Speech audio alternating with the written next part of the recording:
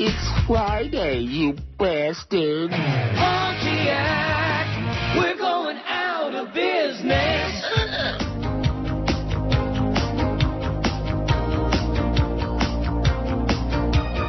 I've got kids, but I want a new one. A little girl to match my little guy. I couldn't find the perfect one in London,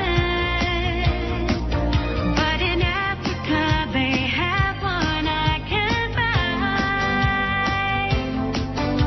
Gonna pick me up a new kid, a baby, a baby. Gonna pick me up a new kid, a new one from Malawi.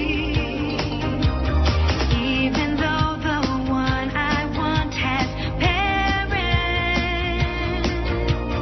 I won't let that fact get in my way. I want to outdo Brad and Angelina, so I'm gonna take one home with me today. Gonna pick me up a new kid, a baby, a baby. Gonna pick me up a new kid, fresh from Malawi. Gonna pick me up a new kid, fresh from Malawi, fresh from Malawi. It's what I want, a baby, and fingers in the toes.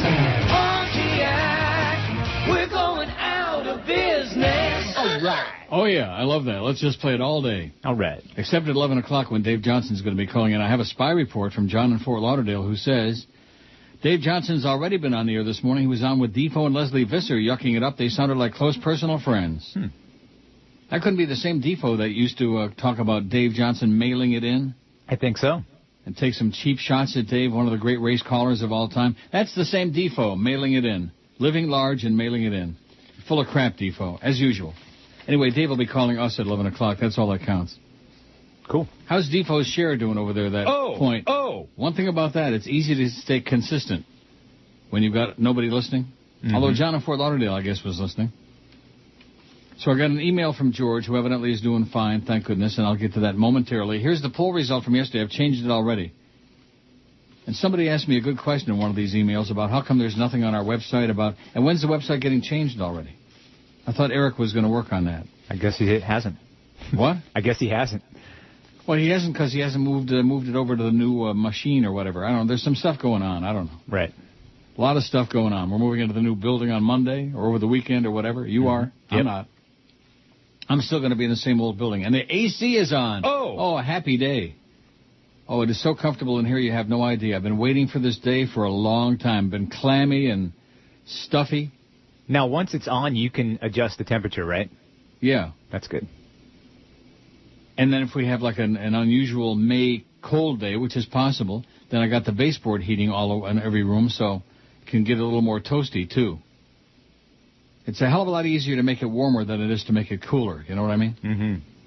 When it's hot and stuffy, it's like, you can't breathe. Oh. The best Canadian rock band or singers was or were 662 votes we had, and Rush wins. 152 for Rush. Neil Young, 143. Neil Young, oh my God. What's up with that? Couldn't lick Rush's ass. Guess who, 77? 77! How do you like that again, huh? Gordon Lightfoot had About 30, man. Steppenwolf, 29. Paul Anka, 24. Bryan Adams, 23. Man Murray, 22. Nickelback, 21. BTO, 20. Al Enos Morissette, 19. Bare Naked Ladies, 12. David Clayton Thomas, 12.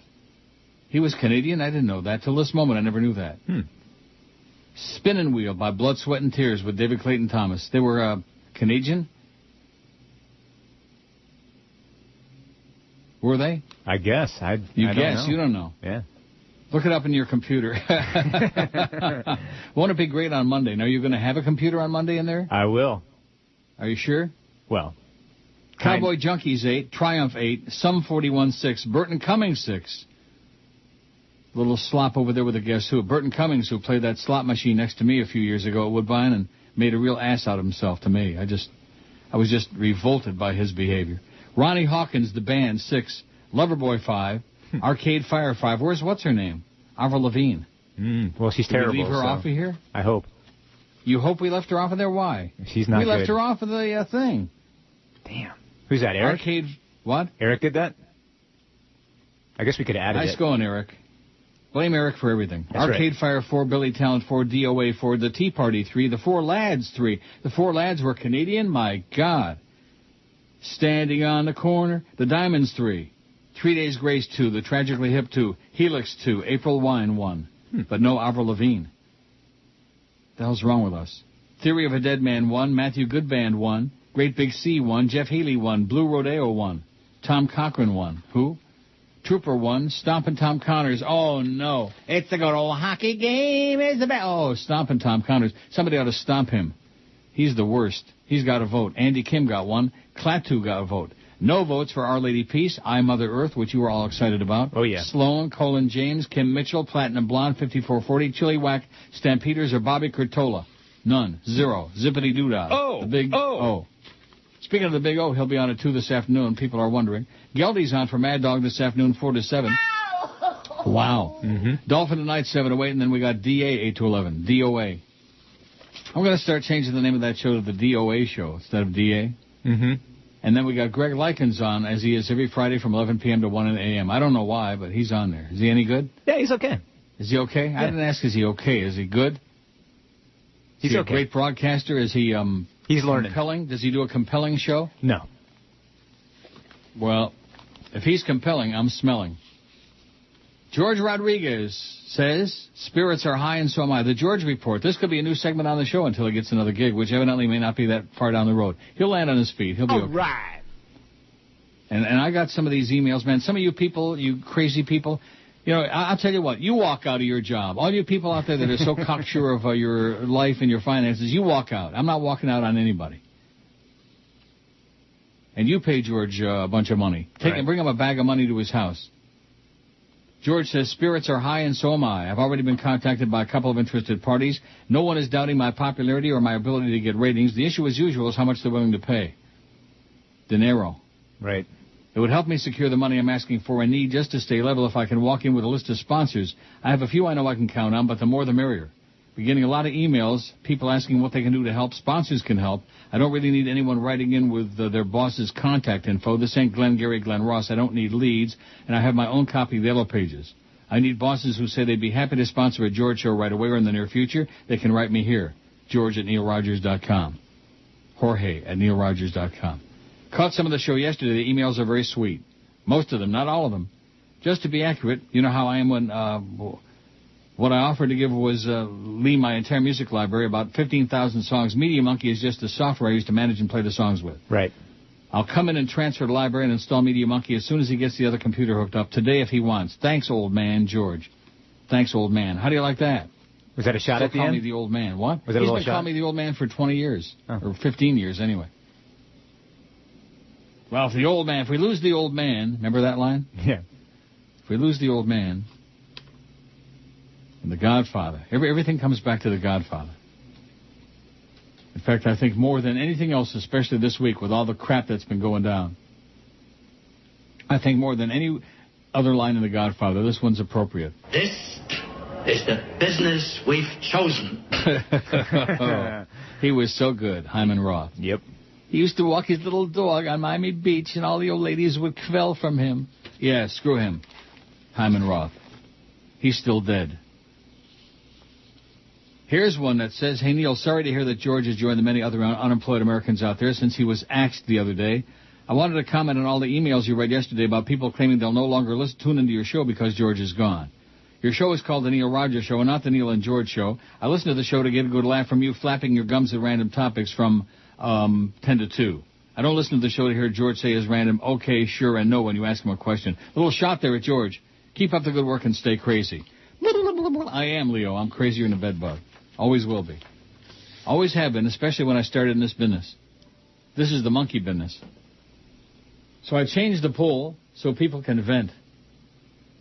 And by the way, I did put a thing up there that I sent to Chris from FSU says, Joe Bell just won't leave me alone. After calling and mailing my house, now he's threatening me by saying he's given my name to the police as well as the dean's office at FSU. Yeah, that's the kid that called him a douche nozzle. Oh, called him a douche nozzle? And started the email with the... call him a C, right. C word, so I'm not worried about this. But this man is a pest. He wants me to apologize for calling him mean names, but I say F him. I found it unbelievable he's stalking me, says Chris from FSU. Oh, you know about this creep? Yeah, that was the email I told you that he started it out with the C word. Well... He's one of mine, too, from Florida State. Pulse question, do you want George back, yes or no? Hope this helps, says James. Oh, yeah, that's a big help. Let's see how the poll is coming. What's your take on George's getting fired? I'm pissed off, 70. We got 174 votes already. I'm pissed off, 70. I'm not happy about it, 46. Joe Bell is the Antichrist, 30. Good riddance, 19. I don't care, 9. So the overwhelming majority are pissed off, unhappy, and think Joe Bell is the Antichrist. And see you next time. Jimmy Dworsky. You know, Jimmy, you're out of control. I don't need to read your communication back and forth with Jolly Joe, okay? Not interested. You already sent it once. I read it. It was boring the first time, and it's more boring. Biography for David Clayton Thomas somebody sends in. Born in Surrey, England. You see that? He wasn't Canadian. Born in Surrey, England, UK. What kind of crap? You people are crazy people. Michael says, I agree with Flea that Avril Lavigne's music blows. However, he must admit she is smoking hot.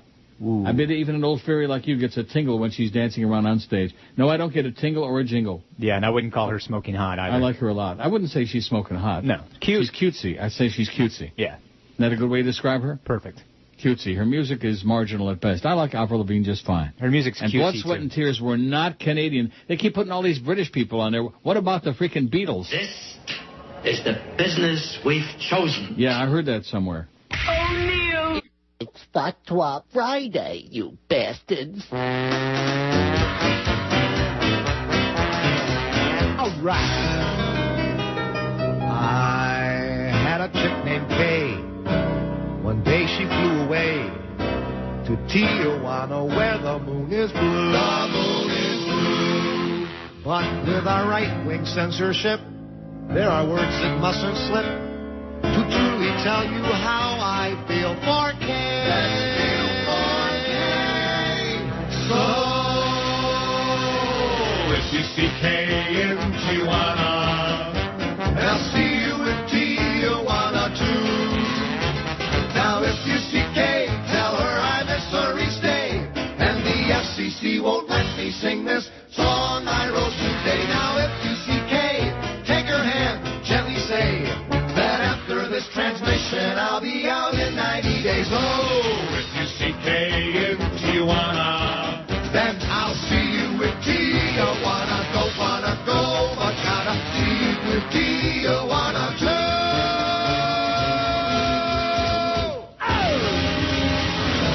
10:18 at 560 WQAM. One of the emails I got this morning was from Paul Harvey Jr. I haven't heard from him in ages.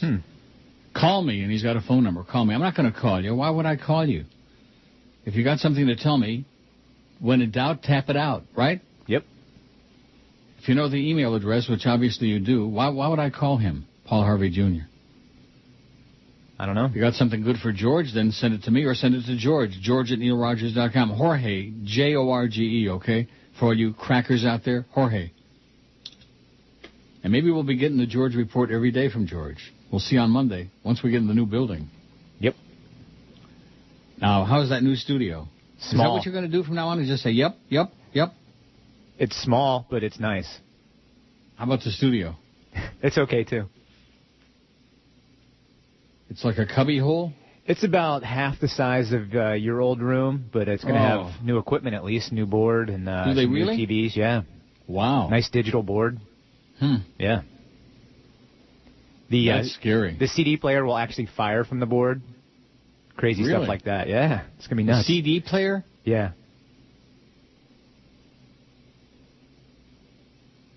What about the cart player? I don't think they're going to hook up the cart deck. They're not going to hook up the cart deck? I don't think so. Oh, George threw out all the carts anyway. He did? Yeah, he tossed them. I was like, you should keep them. Why did he do that? I don't know. You're fired, George. Oh. What do you mean he threw out all the carts? Why would you do that? I don't know. There was some good crap on there. Well, I'm assuming that, knowing George, that he transferred it to something else. I'm assuming. Yeah, he digitized, I guess, everything. He digitized? Digitalized? He digitized. Digitized. Get it right, Flea. Sorry. Don't start making a lot of mistakes. You're under a magnifying glass, especially with the big bucks they're paying you. Now, let me make sure, because I've been under a lot of stress all week long. I haven't been feeling great. Now we got the air on. I can breathe. Did I hear you say that you're not getting paid an extra dime to produce this show? Is that what you said? That is true. Now, why would anybody agree to do something like that? To keep my job. Oh. Yeah. Hey, by the way, I got an email from Linda Bird, who is the works for the station in Orlando. Yeah. And? She said, the interest, talking about your show, the interest is really a listener recommending that it would be a good option, and my responding with the fact that we would consider. I am forwarding information to the program director at WTKS, great. Catherine Brown. Yeah, we got people out there, we got groupies who are like trying to interfere and get involved and like, oh, well, Neil should be on TKS in Orlando and Neil should be on Sirius, and so they're like, pretending to be representing me. Right. Which they're not. No. I think the chances of my ever working for a cheap channel on one of their stations on a scale of minus infinity is just off the edge of the universe. They suck. Well, you know that. Yep. There he goes again. Yep. I got to work this morning. I got to work with Dave Ross. That was fun. David Ross. Oh, Norma, another one of Norma Kent's good buddies. Yeah, talk about Norma hangs around with all the real pros in the business. David Ross, Steve Lappa, Jolly Ass Joe Bell. That's Norma's crowd. I spoke to Norma last night. He said George got that flunky lawyer, Jan Marie or whatever his name was, that he and Chicken Neck were trying to find a couple of years ago when they were trying to get me a real agent. And believe me, Jan Marie, he ain't one of them. He's a silly guy. But anyway, George got a hold of him, I guess, and he's representing George. And I do believe he's the one that wrote George's contract for the 3-year extension. And George himself said to me that contract's got more holes than a piece of Swiss cheese. And evidently it did. Everybody's talking about my contract. What about his? What security did he have? He admitted to me at the time. He said there's no, they can fire me if I come in and fart the wrong flavor. I guess he did. What flavor was it, Strawberry. Strawberry fart. That was the end. The Phantom Informer, who's another one who's full of crap, says George has handled himself with class and dignity. I'm reaching out to my radio contacts on his behalf. We miss you, George. I'm reaching out to my radio contacts. Yeah, contact this, the Phantom Informer. I even got a fake email from Rick Shaw last night. I'll get to that. It's in my pile. Your what? Fake email from the fake Rick Shaw. First of all, Rick Shaw wouldn't email on that address. He would send me to another MySpace. And number two, it's got all kinds of grammatical and spelling errors in there. One thing about Rick Shaw, one thing he's not is dumb. He wouldn't be making all kinds of stupid-ass grammatical and spelling errors like the average schmuck out there, the average putz. That's one great thing about the emails. The phone is anonymous, but at least somebody's voice is like a fingerprint. It's a voice print. You recognize the voice right away. But an email is totally anonymous, like putting a message in a bottle. So everybody is somebody else. Everybody is Rick Shaw. Everybody is Jimmy Syphilitic. Everybody is this one and that one. Everybody's Barry Jackass. By the way, thanks to the real-time Jika, wrote another thing about what's going on here. Another Q&A thing in the Sun Sentinel. I'll get to it. It's coming up soon. Coming up momentarily. Lawrence, who's really chronic. Just out of control. Good guy, but just chronic as hell. I only listened to a little bit of the Big O show. I guess Big A as an ass can't be used. And to the Mad Dog yesterday and the Big Dog this morning. So maybe I'm off base here. Did any of these guys mention what happened to George at all? Did they? Did you hear anybody mention anything about it on the other shows? I did not hear anything. See, we don't exist. We're an island on this station. We're the only non-sport show, so they don't talk about us. Or did they meet my extremely low expectations and just talk sports? Oh, Jason Taylor, you're so strong in your back. Aren't we blessed? He writes. I don't know. I didn't hear about anybody. I wouldn't know because I don't listen. I don't come in here. I could listen when you remember to turn the audio back up at the end of the show. Right. You're going to be doing that every day or not? I will. Sometimes people come in here and potski around and turn it off. Well, keep them out of there. When we get in that new studio, keep all the intruders, the interlopers out. I'll lock it. That's part of your high-paid job. When in doubt, keep the interlopers out. Bastards. Mayor Bloomberg says taking no chances with the swine flu. Ill. More than 50 students have been sent home from this school with flu-like symptoms since Wednesday, May 6th. He is so freaking Jewish, you know. Decided to close Mayor Bloomberg. I mean, not just the way he looks and the name, but he speaks so New York Jewy. You know what I mean by that? Yes, I do. Although not New York Jewy like Sam Rosen and Mo. They're in a different category. They both sound very much alike. I hate to say that because Sam Rosen, I hear, is a really good guy. You know Sam Rosen? I do not. Voice of the Rangers for 100 years, and also okay. he's on Versus. Yeah. Hockey. Also, he does one of the NFL games every week, too.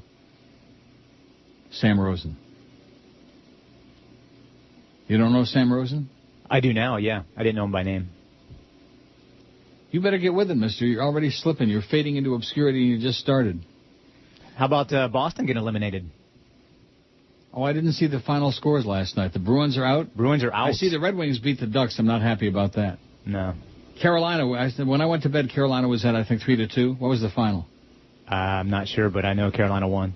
Well, I'll be damn good. Screw the Bruins. Yep. I don't like that team. I don't know what it is about them. And, of course, Carolina's got my good buddy Ray Whitney on there. 245 votes on the new poll. What's your take on George getting fired? I'm pissed off, 101. I'm not happy about it, 65. Joe Bell is the Antichrist, 39. Good riddance, 27. And I don't care, 13. So overwhelming sentiment. They're pissed off about George, and why not? Why not? It's Friday, you bastard. Pontiac, we're going out of business.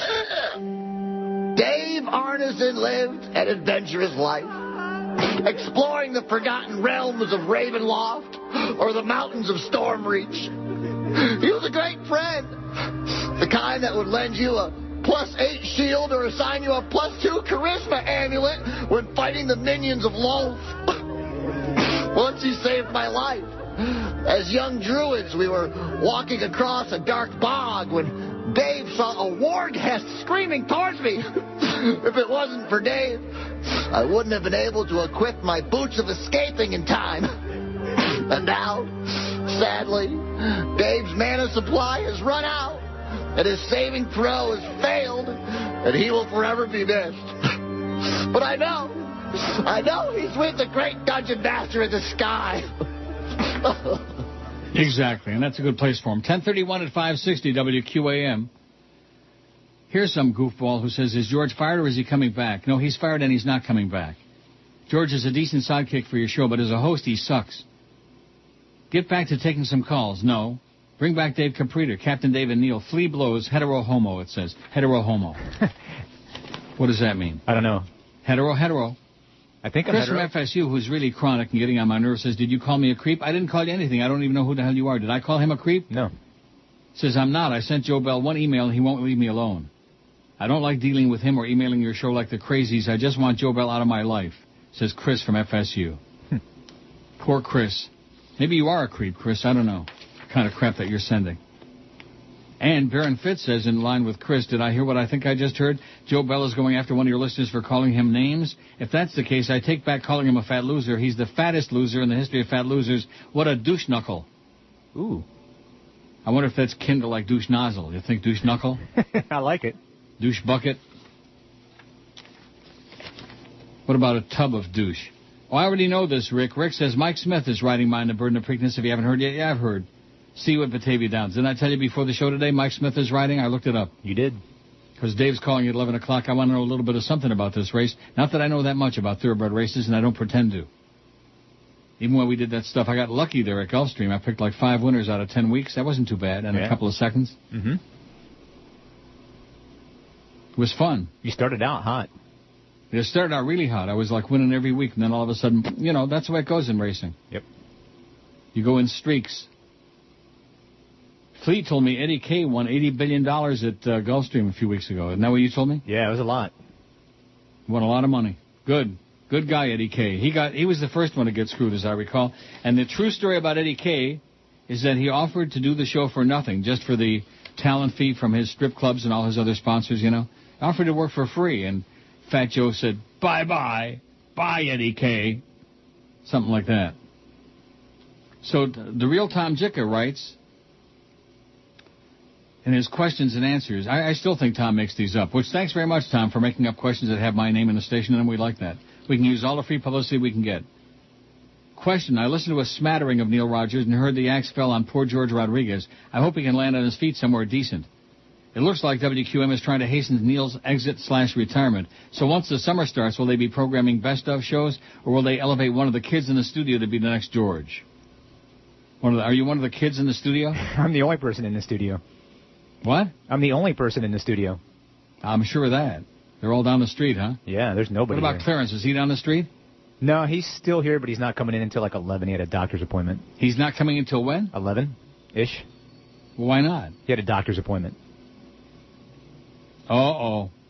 Didn't he just get married? Yes, he did. Don't tell me somebody caught something already. Anyway, so Tom Jika's response to this person is, I wrote in this spot Monday that the rumors of George's demise were not shtick. It took only a couple of days to be proven correct. WQAM is cutting like crazy, something that's an epidemic throughout the media. Neil swears there'll be no best-of tapes during the summer, so it looks like the board operators will become on-air personalities. Are you a board operator? I guess so. Neil will not be as easy to run off as George was. He reiterated on the air what I wrote. They're not going to drive him to quit. That's right, I'm not walking out just to make some of you idiots happy out there. Oh, if you supported George, you'd walk out. Yeah, right. Yeah. As for George, these are not good times to be job hunting, to state the obvious. Even in the best of times, there doesn't appear to be another station in the market where George would appear to be a good foot, says Tommy Jika. Well, thanks, Tommy, for the free publicity. Yeah, and I spoke to Joe Bell yesterday, and he guaranteed no tapes. Oh, are you serial? Yep. Oh, you made my day. He guaranteed no tapes. Oh. Take it to the bank. How come I don't hear anything? Oh, that's probably because the thing is off. Oh. There we go. Had the button off. Yeah. I had the pot off. Now that George is here, we don't have as much pot as we used to. Oh. But it's back on now. Oh. You do some really interesting things with this 360, you know? You do that for until 2 o'clock. Anyway, somebody wrote this on their blog. FZ2878. Boy, there's all these blogs, you know? It says it was a sad day for South Florida radio today, meaning yesterday, when the listening community learned that the rumors had come to fruition and Jorge Rodriguez, producer and longtime sidekick for the Neil Rogers Show, had been Schmidt-canned from 560 WQAM. Schmidt-canned, how do you like that? Wow. The subject of George's forced departure from the show had been surfacing so often that many listeners in the audience thought it was some kind of shtick to fill airtime. What made it even harder to believe was Neil's claim that Norma Kant, his attorney and agent, had written in his contract giving Neil the right to choose his own producer. Apparently, Norma lived up to his name, you fairy. If anyone should be fired, it should be that ass clown Norma. Of course, even that would be too late to help George, it says. Aside from producing the show, George had one of the toughest jobs in radio, filling in for Neil when he went on vacation or was sick from too much gut plunging at Woodbine. I remember the first time I heard George filling in for Neil, I had the same negative reaction many people seem to have, because I tuned in to hear Neil Rogers, not some Neil Rogers wannabe. But I quickly found what I liked most about George was that he never tried to be anything at all like Neil. He was always true to himself. In fact, at least on the air, two people who worked so close together couldn't have been more different. And off the air. True. The more I was exposed to the real Jorge Rodriguez, the more I realized his intelligence, his ability to construct an argument, whether he was pro or con any subject, with well-thought-out opinions. With radio, it's hard to know what's rehearsed and what's spontaneous, but that's one thing George and Neil have in common. They both make every delivery seem spontaneous and real. That's because they are. They don't seem spontaneous and real, they are. We don't sit there and rehearse. Oh, what are we going to talk about? What kind of contrived crap are we going to whip up today, you know? Who's going to be fired today? Who's really on vacation? Yeah. And by the way, George is not really on vacation. He's on a forced vacation. Says, I don't know what the future has in store for George, and in these times I wouldn't wish that anyone lose their job, especially not someone with a wife and kids. I do know he's a talented guy, and hopefully someone else will soon appreciate that talent and put him back to work. I also know that his loss is South Florida's loss. But that's business, if you can call how the Beasley Broadcast Group operates business. They seem to have a death wish for QAM with a weak signal, a heartless GM who gives the name Jolly Joe Bell. Goes by the name. Bell has unleashed a recent wave of firing what little talent they have left in their lineup in the name of saving money. Correct me if I'm wrong, but don't you have to spend money to find and keep talent if you want to keep an audience? What? But then George always predicted it, saying almost prophetically, if it's good, they'll kill it. If it sucks, they'll put it on the air. Or something like that, how right he was. Now, what he used to say was, if they like it, it's going to suck and it's going to fail. Isn't that what he always said? You are correct. It says, the real fake William S. James, long-time listener, no-time caller, on some blog. Well, thanks, William. And George thanks you profusely, I'm sure. So we had the George report at the beginning of the show. We'll do that again, I'm sure, on Monday. He'll be emailing. Hopefully with some really good news from over the weekend. Although he's got that Jan Murray guy representing him. Oh, my God. Well, it's we take 44 points, and then the agent takes 88 points. And my comment was, well, what's the point? You're already taking more salary than I'm going to get, and I'm not getting anything based on what he's telling me because he didn't have any job, you know. Hopefully he'll do better for George. You think? Maybe. You think? Yes. Start thinking, man. If you're going to be on this show, this is a thinking man's show. Just ask me, I'll tell you. Think about it. Go again. Neil Rogers got. Pontiac, we're going out of business. It's April Fool's Day, so be on the lookout for saran wrap over the toilet, fake vomit on your desk, people with joy buzzers who want to shake your hand, or phone callers asking if your refrigerator is running. Yes, you can be made a fool for a day, but at least you won't be these guys who are fools every day. Yeah, amen. How come I played that? Not sure. That was operator error. I didn't really have any intention of playing that because it's not April Fool's Day. And the thing with George is not an April Fool. I'm sure we got a whole bunch of people out there sitting waiting. Oh, well, we just know he's coming back. This is all a big joke. Sure. Just like it was just shtick. Everything's just shtick. Yeah. Everybody is up to some game, some trick, you know. And you know who thinks like that? Game players, people who play games. They think everybody else is a game player. The Dow's up 56 points. But we got stormy skies in the Midwest. That's what that marginal Rob Marciano says on CNN. Stormy skies in the Midwest. Phil in Gainesville says, as a longtime listener to your show on QAM, I was sad to hear of George's firing. I think he did a great job filling in for you. He's very smart and funny. I enjoyed his show. The station management is pathetic. That's correct, Phil. I wish George the best of luck in the future and hope another station picks him up. Sincerely, Phil in Gainesville. Well, ditto, ditto. We second all those emotions. The fake Tom Jika says, Steve Lappa said he would reach out to George. May not have much money to offer, but there might be a spot with Ron Hersey. Interested in Suds Coleman as well. Whatever happened to Fat Chris? With George gone, will he come around? Now, what does that mean, with George gone, will he come around? Can you interpret that for me? I don't know. What? I have no idea. But your level is so freaking low. How about this? There you go. Now, okay. Like I can hear you. All right. Speak up, man. Speak up. You don't have to, lurch in the background there just because George is fired. Whatever happened to Fat Chris? With George gone, will he come around? I have no idea what that means. I don't know. Aren't you surprised they didn't offer Fat Chris the job? No, he couldn't do the show. Is he going to be making any appearances with you during the course of the summertime, Fat Chris? I don't think so, because he does the overnights, so... Yeah. I don't see he him. might hang around. Maybe. There was a little bit of food in the offing, maybe on a Thursday, when we got the row. Although I'm going to be working Tuesday and Thursdays. Right. He could come in for some chow on a Thursday. Sure. It'd be nice to have old Fatso come around one more time, Yeah, he's always welcome. This guy, Frank, P.S., get rid of that blasted PC and get a Mac. I don't want a Mac, okay? I do like macaroni and cheese. Mac and cheese, that I like. I don't like Macs. Yeah. You like a Mac? I like mac and cheese. Yeah. I have a Mac at home. It's okay, but it's really hard when you have to work with other people that have PCs. Mm-hmm. Just like those emails I get that look like Chinese hieroglyphics. Right. Like that one yesterday. Can't read them. Frank says, long-time listener, big-time slacker. Hard to catch your show with work. I brought you White Hots with the sauce to the Zeta studio years ago. Oh, yeah, from Wayne Arnold's. Those were the days, man. Wayne still got the White Hots. So George was fired, ? Yes. Well, you said it 25 years ago on 976 Neil. Don't get into this business, I beg you. They'll step on you like a used piece of gum. Yeah, I had a deal going years ago, 976 Neil. I'm trying to remember what station that was. I think it was INZ. I think Dave Ryder got me involved in that. Is he still alive, by the way, Dave Ryder? Do you know him? No. Former PD at INZ, former radio guy? No, I don't. Anyway, I had a 976 Neil. I made a few bucks off it because I used to get paid by the call, and I would have a message on there for 2 minutes and rant and rave about different things every day. That went over like pork chops in Tel Aviv. Not big. Geez, I can remember crap like this, says Frank, but not what I'm supposed to. Well, he's a talent. I'm sure he'll bounce back. Look at Mr. Ego. By the way, Bubba always gives you plugs. He reminds me of when you were on Zeta. I can't believe he isn't burying Paul and Young Moron. Well, take care of yourself and enjoy Canada. Miami's a third world toilet. Thanks for over 30 years of laughter. I'll listen when I can. P.S. Get rid of that blasted PC and get a Mac. No chance. My computer is just as fine as GI wine. Did I ever tell you which one I got? No. It's the Pavilion Slimline. Nice.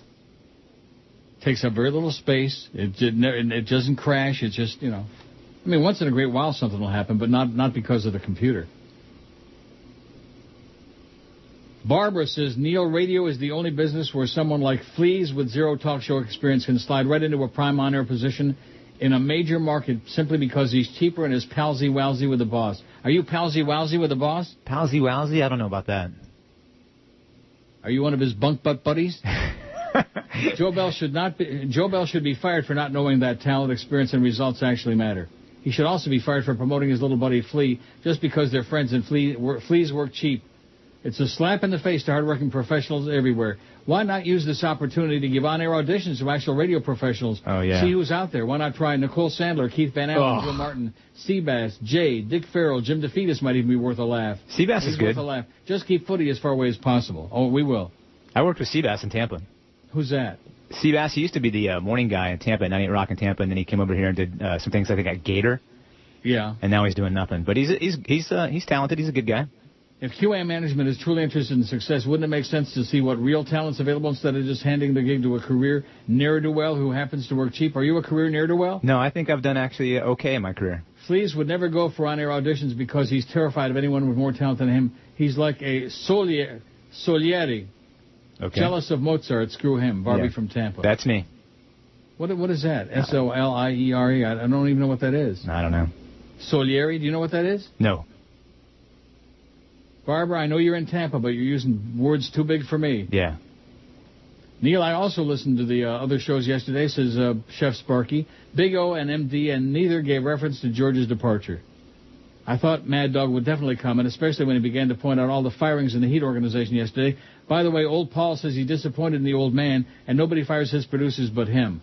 F. Joe Bell and that loser Clarence. Peace, Neil. Yeah. Yeah, he's disappointed in me, Paulie. Screw you, Paulie. You hire George and pay him $80 million a year, okay? It'd make me very happy. Although I wouldn't wish him working for you. How do you like that, Castronova? All these people in the business who keep sticking their nose into my business and into the show. All these lemmings, all these Klingons. George says, I don't recall you calling Chris from FSU a creep. However, you did call me creepy just because you pronounced my last name correctly. Well, I'm happy to contribute to your show. Well, thanks, George Streepy, and you are creepy. More than 1,000 GM dealers are the next to go. Everybody's getting fired. Everybody's closing down. Everybody's closing up, going out of business. Oishmoy Jew says George took a licking and he will keep on ticking. I didn't know George was like John Cameron Swayze. You remember John Cameron Swayze? Way before your time, right? Yes. Is it? Yeah. He did the Timex spots. They take a licking and keep on ticking. Oh, okay. He was also the... Yeah. What? I know him then, yeah. He was the NBC News anchor when the newscasts were only 15 minutes. That's 100 years ago. Can anybody believe that network newscasts were 15 minutes? That's because they didn't do like 10 minutes on swine flu and 20 minutes on lost puppies and stuff like that, and 40 minutes on Miss California. Oh, if I have to hear any more about that crap, I'm so sick and tired of that bitch. And I'm really sick and tired of Mr. Comover. Oh, my God, Donald Trump. Yeah. And now it looks like that big thing he was building in Fort Lauderdale is not going to open at all. With all those fancy schmancy condos and all. Nobody can buy them. Nobody's got any money. That's what's going on here. They build all these condos downtown, and they're not finishing the buildings because nobody's got any money to buy them. They can't find any more Russians. Neil, George took a look at it. We'll keep on ticking. George had experience that will take years for his replacement to learn. Do you hear that? Yep. As for those yahoos who want you to quit your paying gig to support George, they should quit their jobs and meet at the unemployment office and blow their brains out. Only schmucks tell others to do something that they would never do. That's right. Can you play Oh, We're Fine for George? Oh, we're fine. No. Thanks, Neil. Hang in there. Your bonus check is in the mail, minus administration fees, says Oi Shmoy Jew. Thanks, Oi Shmoy. Salieri was a rival to Mozart, depicted in the film Amadeus. F. Murray Abraham played Salieri. I don't know who that is. I didn't watch that movie anyway. I don't care about Mozart, Beethoven. Look at this. This one says, calling Joe Bell a douche nozzle may be a discredit to the nozzle that actually has a usable function. Excellent point. Very good. Well done. Better watch it. He'll start stalking you now.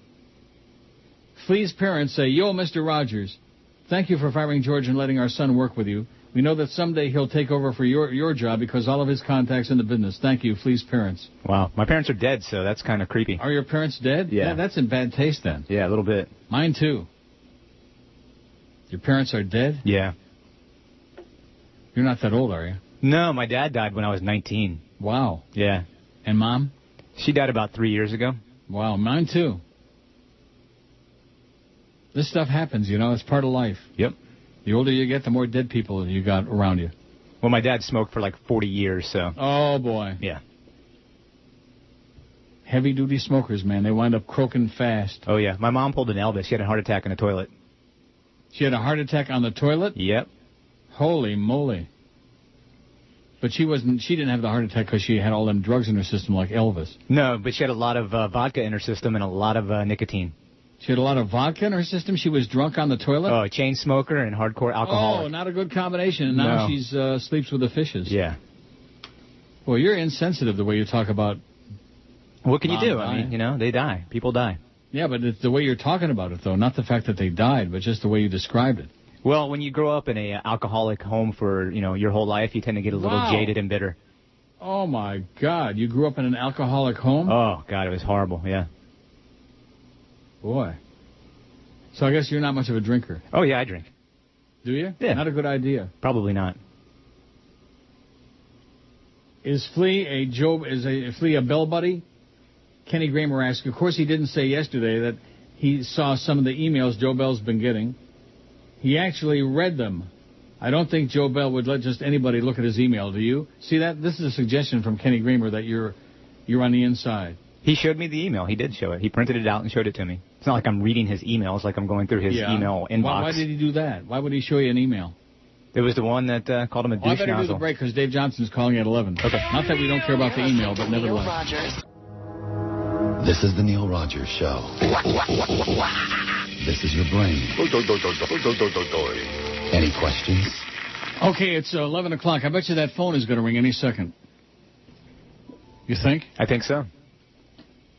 Here's one that says, if Randy Rhoads can come back twice after being fired, so can George, says Mark in Coconut Creek. Thanks, Mark. And don't forget, you're in... Railroad! And look at that. The ancient Egyptians used to set the sundial by Dave Johnson's phone call. That's how prompt he is. Wow. Isn't that true, Dave? That's funny. That's a good line, Neil. And good on the morning. far outside, here comes Regal Ransom, Dave Johnson's choice in the Derby. Who'd you pick? I picked the horse that got scratched. Oh, well, that's better than mine. How did that horse win? At least if you get scratched, you get your money back. How did the bird horse win? That's an excellent question. And by the way, now that he's won 2 derbies, can somebody buy Calvin Burrell some teeth, please? Please. Please. What is his story? He's strange.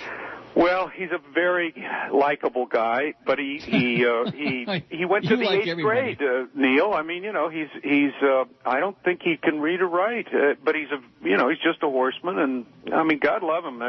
He's a K-John man. He's a K-John. Yeah. And a little known fact, because everybody thinks he's an old coot, which he is. And Mike Smith, who's going to be riding that horse in the Preakness tomorrow, is older. He's a year older than Calvin Burrell. Is he really? Yeah. That's a good factoid. I like that. You mean to say you didn't even know that? I didn't know that. Wow. I knew that. I actually gave Dave Johnson some fairly useless information about the Preakness. That's great. I'll use it on my Sirius radio broadcast tomorrow. You can bet on that. So what happened to Regal Ransom? He didn't run a lick, did he? Neither did Frisian Fire, and the horse I picked for second though finished second. Oh, you had Pioneer the Nile. Pioneer the Nile. I picked him for second. I thought at the top of the stretch, Baffert was going to get another Derby with Pioneer. He's good at bringing horses up for the big race, isn't he? Now, I don't want to knock our mutual friend Tom Durkin, but I will say this, that through the stretch run, I don't think he called Mine That Bird more than right in the last 16th of a mile. He didn't see him. He lost him. Well, but I have a theory, and I did talk with Tom about this. He called me a couple days ago. When you're looking at a field through the binoculars, you really only have 2 or 3 horses or a few horses in the front. And And it's happened to me. Fortunately, it didn't happen in the Derby, but you have those 3 or 4 horses that are battling in your field of view in the binoculars, and you don't see things that come on the inside or the outside. And that's what happened. He was looking back, but he wasn't looking to the rail. One of the strangest things I've ever seen was the overhead view, which I'm sure you've seen it 100 times, of that race. And watching, it looked like little bugs moving through. You know what I'm saying? It looked like a bug along the rail moving through an opening. And then just zoomed by the rest of them, which to me, the only thing it said was the rest of the field is really garbage. That's what it told me. That horse passed 18 horses in 18 seconds. Right. Time it. I mean, I've never seen a move like that in my life. Which means he was either going very fast or they were standing still. Maybe he just I guess this horse loved to be taken way back, which has never happened before, and he loves the inside, and Calvin does like the rail, and I guess you put it all together, but I don't think it can happen again, though. I certainly don't think he'll win the Preakness. Do you? No, I really don't. I'm picking Rachel Alexandra. I hate to go with the chalk, but I think she's just phenomenal. Oh, she is. And she would have beaten the boys in the Derby had they run her instead of the Oaks in the Derby. She would have beaten Mine That Bird by 10 lengths. I'm sure of it. Yeah, really? I am too. Yeah. I mean, she ran a huge number on all the sheets and the buyers and the thoroughgraphs and the ragazines and all that. I mean, it was so much better than Mine That Bird. Yeah. But so then the question is, so we both think that she's the most likely winner. Who's going to be second? Musket Man. Oh, okay. That's a good choice, and you'll get a good price. Really? Yeah. I'm going to give Frisian Fire another shot for second. What about this Big Drama, the horse on the rail? Any thought? Big Drama? Yeah, the horse on the rail. Here's what I say. Save the drama for your mama. That's what I say. In addition to which, isn't Big Drama a speed horse, front runner? Yes. He'll never outrun Rachel Alexandra. Well, they took blinkers off, so they're not looking for him to be in a speed duel with her. They just wanted him to be close. So she'll win by open lengths, I think. I think so too. The only reservation I have is that when you get a filly running in one of the Triple Crown races, it brings back horrible memories to me of Ruffian and Foolish Pleasure in that ill-advised match race. Well, it was only ill-advised after she broke down. Yeah. I mean, I was the track announcer that day, and I mean that crowd was just that was like the old time. People really got involved in that contest. It was only it was ill-advised only after she broke down. Neil, I mean it's a shame. That was tragic. Terrible. She was such a phenomenal filly. She was some. Did you see the ESPN movie of her? No. It's really good. They did a very nice job. I think is it Sam Shepard that plays? I think it's Sam Shepard that plays Frank Whiteley. It was amazing. I thought it was him. I thought it was actually footage of him. It's a very good show. I'll have to catch it somewhere. I'll find it. Okay. So who are you picking for second? You're agreeing with me on Rachel Alexandra? I do. I think she's the best, but she's certainly not bettable. I mean, you can't bet the win. You have to play an exacta. That's the only way to do it. I'll go with Frisian Fire for second, and Big Drama would complete. I'm going to bet $6 exacta box for $6. That's it. That's all I'm betting on the race. Can you handle it? I tore up $240 worth of trifecta tickets on the Derby. I wasn't even close. See, if it would have been me, if I would have been thinking, which I wasn't, Mine That Bird, of course, was the Woodbine horse. You're a red border. You know what that is? A what? Somebody that after the fact says, I should have had this because... Oh, yeah. Well, I had a friend, when I was in college, I had a friend in Detroit. We used to go to Hazel Park all the time. He had the winner after every race. There was never one race that he didn't have the winner after the race. Yeah. I told you, like that. No, seriously, Mine That Bird. The only way you could like that horse was off its Woodbine races, was just dynamite here. Are you in Canada? Yes, I'm in Toronto. Oh, okay. Now, what about Chantel Sutherland? She says she was promised the mount on that horse. I understand they tried to get Aaron Grider, and he turned them down. Yeah, she rode the horse here, Mine That Bird. For the old owners. Right. Where did they buy this horse? At a Walmart? Boy, that's bad. That's a shot. Where did they get him? I think Calvin Burrell was at Walmart. Somebody said he had feet that looked like deer feet. Maybe that's how he won. Wait, listen, now you got a few bucks left over from the days when you were really working. How about buying him some teeth? Come on, Dave, I'll chip in too. Isn't it embarrassing? My when the race mother's is got over? an extra set. I think maybe she could send him her extra set. And wouldn't it be something if he winds up winning this race tomorrow? That would be like 3 Triple Crown races in 2 years, right? You mean if Calvin wins it? Right. What if Mike Smith wins it on Mind That Bird? Well, let's face it. If we have to choose who's the better jockey, is there any question? Not in my mind. No, Mike Smith is far superior jockey to Calvin Burrell. With all due respect to Calvin, he rode a great race in the Derby and saved all the ground and yada yada, but he's no Mike Smith. I agree. And he's really a year older? Yeah, Mike Smith was born in 65 and Burrell in 66. And we were working back then, too, weren't we? Yeah, I certainly was. We were living and breathing back then. Now we're just like on oxygen. I'll share the with you. How do you like that? Okay, so what happens by in the way, Belmont? Got some very bad news that you'll be dismayed about. My close personal friend and yours too, Jorge Rodriguez, who's produced this show for 19 years, they canned him on Wednesday. Oh, that's terrible. Cost cutting. Everything is cost cutting now. Everybody's getting canned. Everybody's getting blown out. Even if they're making just a few bucks, everybody gets canned. Oh, Neil, that's terrible news. It is. Oh, wow. Sorry to ruin your day. I mean, he's been the link that's gotten us together for all these years. 19 years. Oh, that's just awful. Yeah. He'll be okay. Was it a surprise? No, they were leaking it for a long time. They were like taunting and tantalizing and leaking, and I did everything I could to prevent it. But you know this business. These are grave robbers. These people. Oh, that's terrible. So well, I'm sorry. If you hit something big tomorrow on the Preakness, send George $50. I hope he lands. He's a very talented producer. He should land on his feet. Great guy. Yeah, a great guy. Well, Dave, good luck tomorrow. I hope you cash a big ticket. I hope you do too. And let's talk before the Belmont. We'll do it. Thanks all right, a lot, Dave. Neil, say hi to George and give him my best. I'm shook up about this. I'll do it. All right. Thanks, Dave. Take care. Okay, see, even Dave Johnson's shook up because he and George confabulated for, like I said, almost 20 years. Yeah. Barry Jackass writes, so, Barry, I hate to tell you, I don't care about Tom Don't Like Us. I don't care about all these other marginal people you keep wasting my email space about.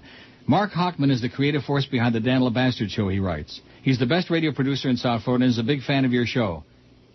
You know what my comment to that is? And he's a big fan of your show. So are a lot of people in the business. Right. So what does that prove? You know Mark Hochman, right? Yes, I do. I'm going to be doing a Joyce, by the way, during the break, so if I don't get back on time, just so you know. Okay. In fact, let me play it now. Pontiac, we're going out of business. I have bad feelings about that whole thing. I like that little Solstice that's downstairs in the garage. Yeah. And I like my, let's see, no, the Cutlass was an Oldsmobile.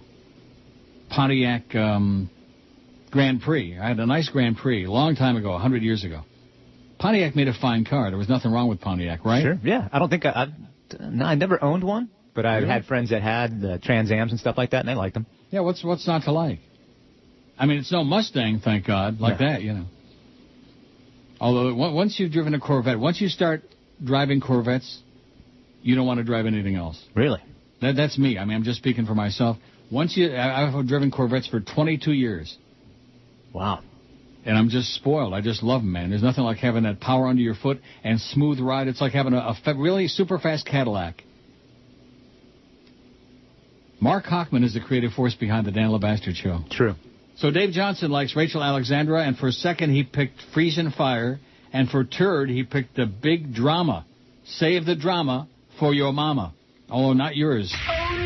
It's Friday, you bastard. Pontiac, we're going out of business. All right.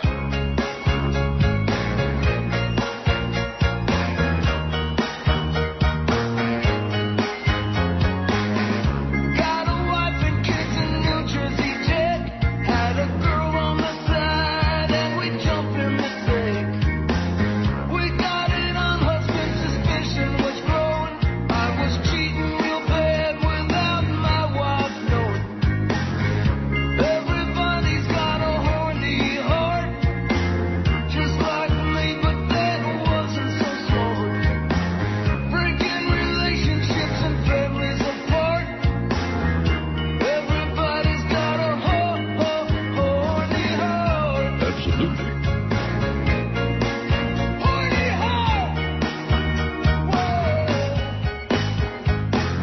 11:16 at 560 WQAM. So Dave Johnson was on with us again, and we'll be talking today before the Belmont in a couple of weeks, 3 weeks. Don't you find that annoying that they have 2 weeks between the Derby and the Preakness, and then 3 weeks between the Preakness and the Belmont? Yeah, why is that? Well, that's because they figure, thoroughbreds are so fragile. They don't want to run them like too often, too close together, the big races. Yeah. Thoroughbreds are like China dolls. If you look at them cross-eyed, they fall down and die, I think Rachel Alexandra will absolutely demolish the field tomorrow because I think that, as usual, it's a very mediocre crop of 3-year-old males. That's what I'm thinking. Although Mind That Turd might be just as good as we saw in that race. Who the hell knows? Dave was legitimately really shaken when I told him about George. He sure was. He was shaking and quaking. And so are we, of course, but what the hell, Andre says, F. Joe Bell, go to hell. We're going to miss you, George. Uncle Neil, damn, it's a sad week. I've been listening for about 6 years. When I started driving at work, my Uncle Charlie's been listening for about 15-plus years. When I heard the both of you, it was great. I was hooked. The chemistry you and George had with all the swill you dealt with these idiotic callers is absolutely incredible. Incredible. The product that you and George deliver to the public on an everyday basis is the best in the business. George is not replaceable. Flea, you have a tough job, young man. No doubt. That's what he says, young man. What happened this week is very sad and shows how professional these people you call management act like Fidel, Joe Bell, and do whatever they want to keep the regime alive and the good people down. Comunistas. George, we will miss you, homie, and follow you wherever you go. Good luck. Always listening online at my desk. Andres, a.k.a. Dre. P.S. What happened to the Mickey bits, no mo? I love the Mickey bits. You do? Yeah.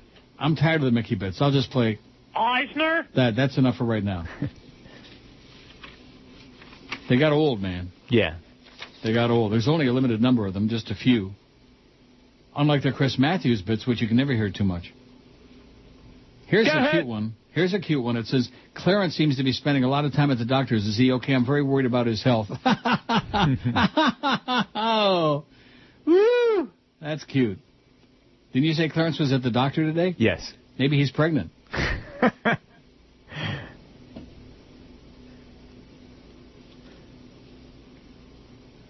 It could be, because I told him a long time ago to go himself, and maybe he did, maybe it worked. We can only hope. We can only hope Clarence is pregling. Wouldn't that be something? Documentary film goes after closeted gay politicians, makes claims about Charlie Crist, as if we don't know this, but nevertheless, this is interesting. The new documentary film that hits the big screen in South Florida Friday, meaning today, exposes what the director sees as a significant menace to gays and lesbians, one that leads to discrimination, even death. The culprit, according to the director, closeted gay politicians so worried about their careers they act in ways that hurt the very people who share their sexual orientation. It's a provocative theory, and director Kirby Dick amasses evidence as well as a dose of supposition video clips and liberal usage of dramatic music to convince viewers. I haven't seen it yet. No. Outrage. I hope that it helps to advance the cause of gay rights in the country because I think gay rights struggle is the most important human rights issue in the country at this time, Dick said in a telephone interview this week. I hope it leads to the demise of the closet. The worst villains in the film, Republicans. Dick said he focused heavily on Republicans because of that party's decision to vilify millions of gay and lesbian citizens in order to increase their power. He also said the phenomenon of closeted gay officials voting against gay people isn't as prevalent in the Democratic Party. The 90-minute movie, which is now rated, opened a week ago in California, New York, Philadelphia, and Washington, D.C., and runs in Fort Lauderdale and Seattle today. For Floridians, the most sensational element of the film is its focus on Governor Charlie Crist, gay, who announced this week he's seeking the Republican nomination for U.S. Senate next year. The film gives the impression that Crist is a closeted gay politician, which he is, despite inclusion of the governor's denial that he's gay. Dick doesn't offer proof. Rather, the film relies heavily on statements of people, including two hours shown only in dramatic silhouette, who say they heard claims of two men who supposedly had relationships with Crist. Hey, Charlie. You fairy. By juxtaposing video dates other information, it implies Crist's desire to get selected as John McCain's vice presidential candidate in 2008 influenced his decision to announce his engagement and get married last year. No kidding. It also offers criticism of the mainstream news media for ignoring what the filmmaker regards as important news about Crist. That most mainstream news organizations would require much more proof than what Dick offers. Does you hear them coming to get me out there? They're coming to get Governor Crist. Hey, Charlie. Yay. Dick defended his sourcing on Crist. It's hard to be 100% certain, obviously, in these situations. Not only these people shown in the film, but we did a fair amount of research over a good period of time, and there were additional off-the-record sources as well, and who were helping to confirm this. Dick said he decided to make Crist a central focus after the governor came out in favor of last year's amendment that added to the state's existing law banning gay marriage to the Florida Constitution.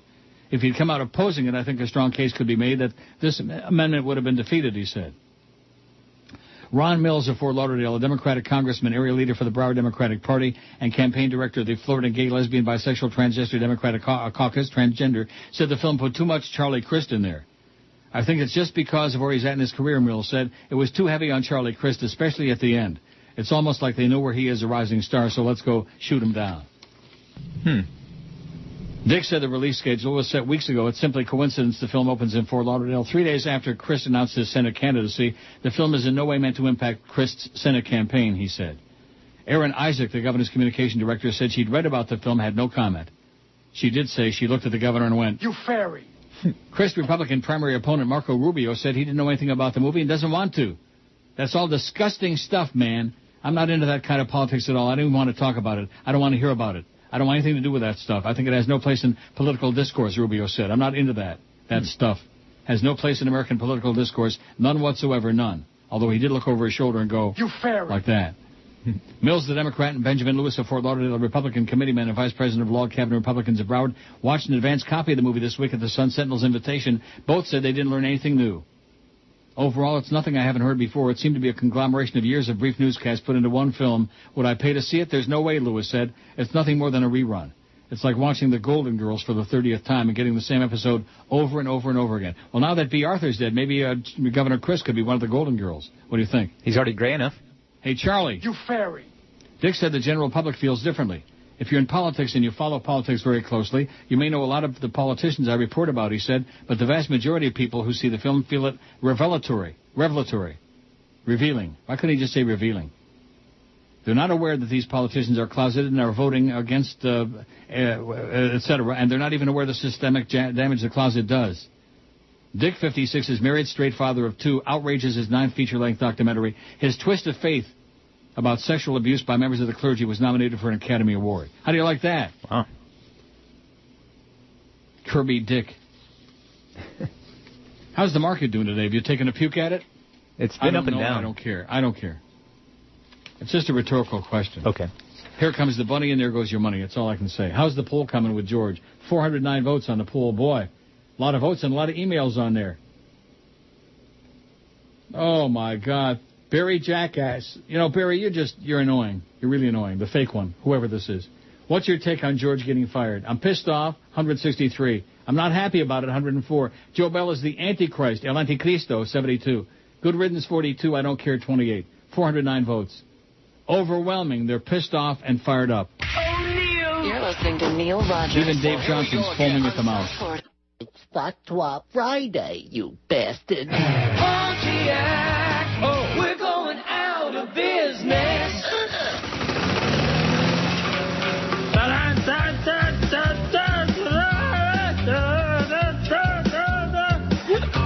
My drunk friend sits on his bar stool. And my bar stool does something that's real cool. And my bar stool was a lawnmower.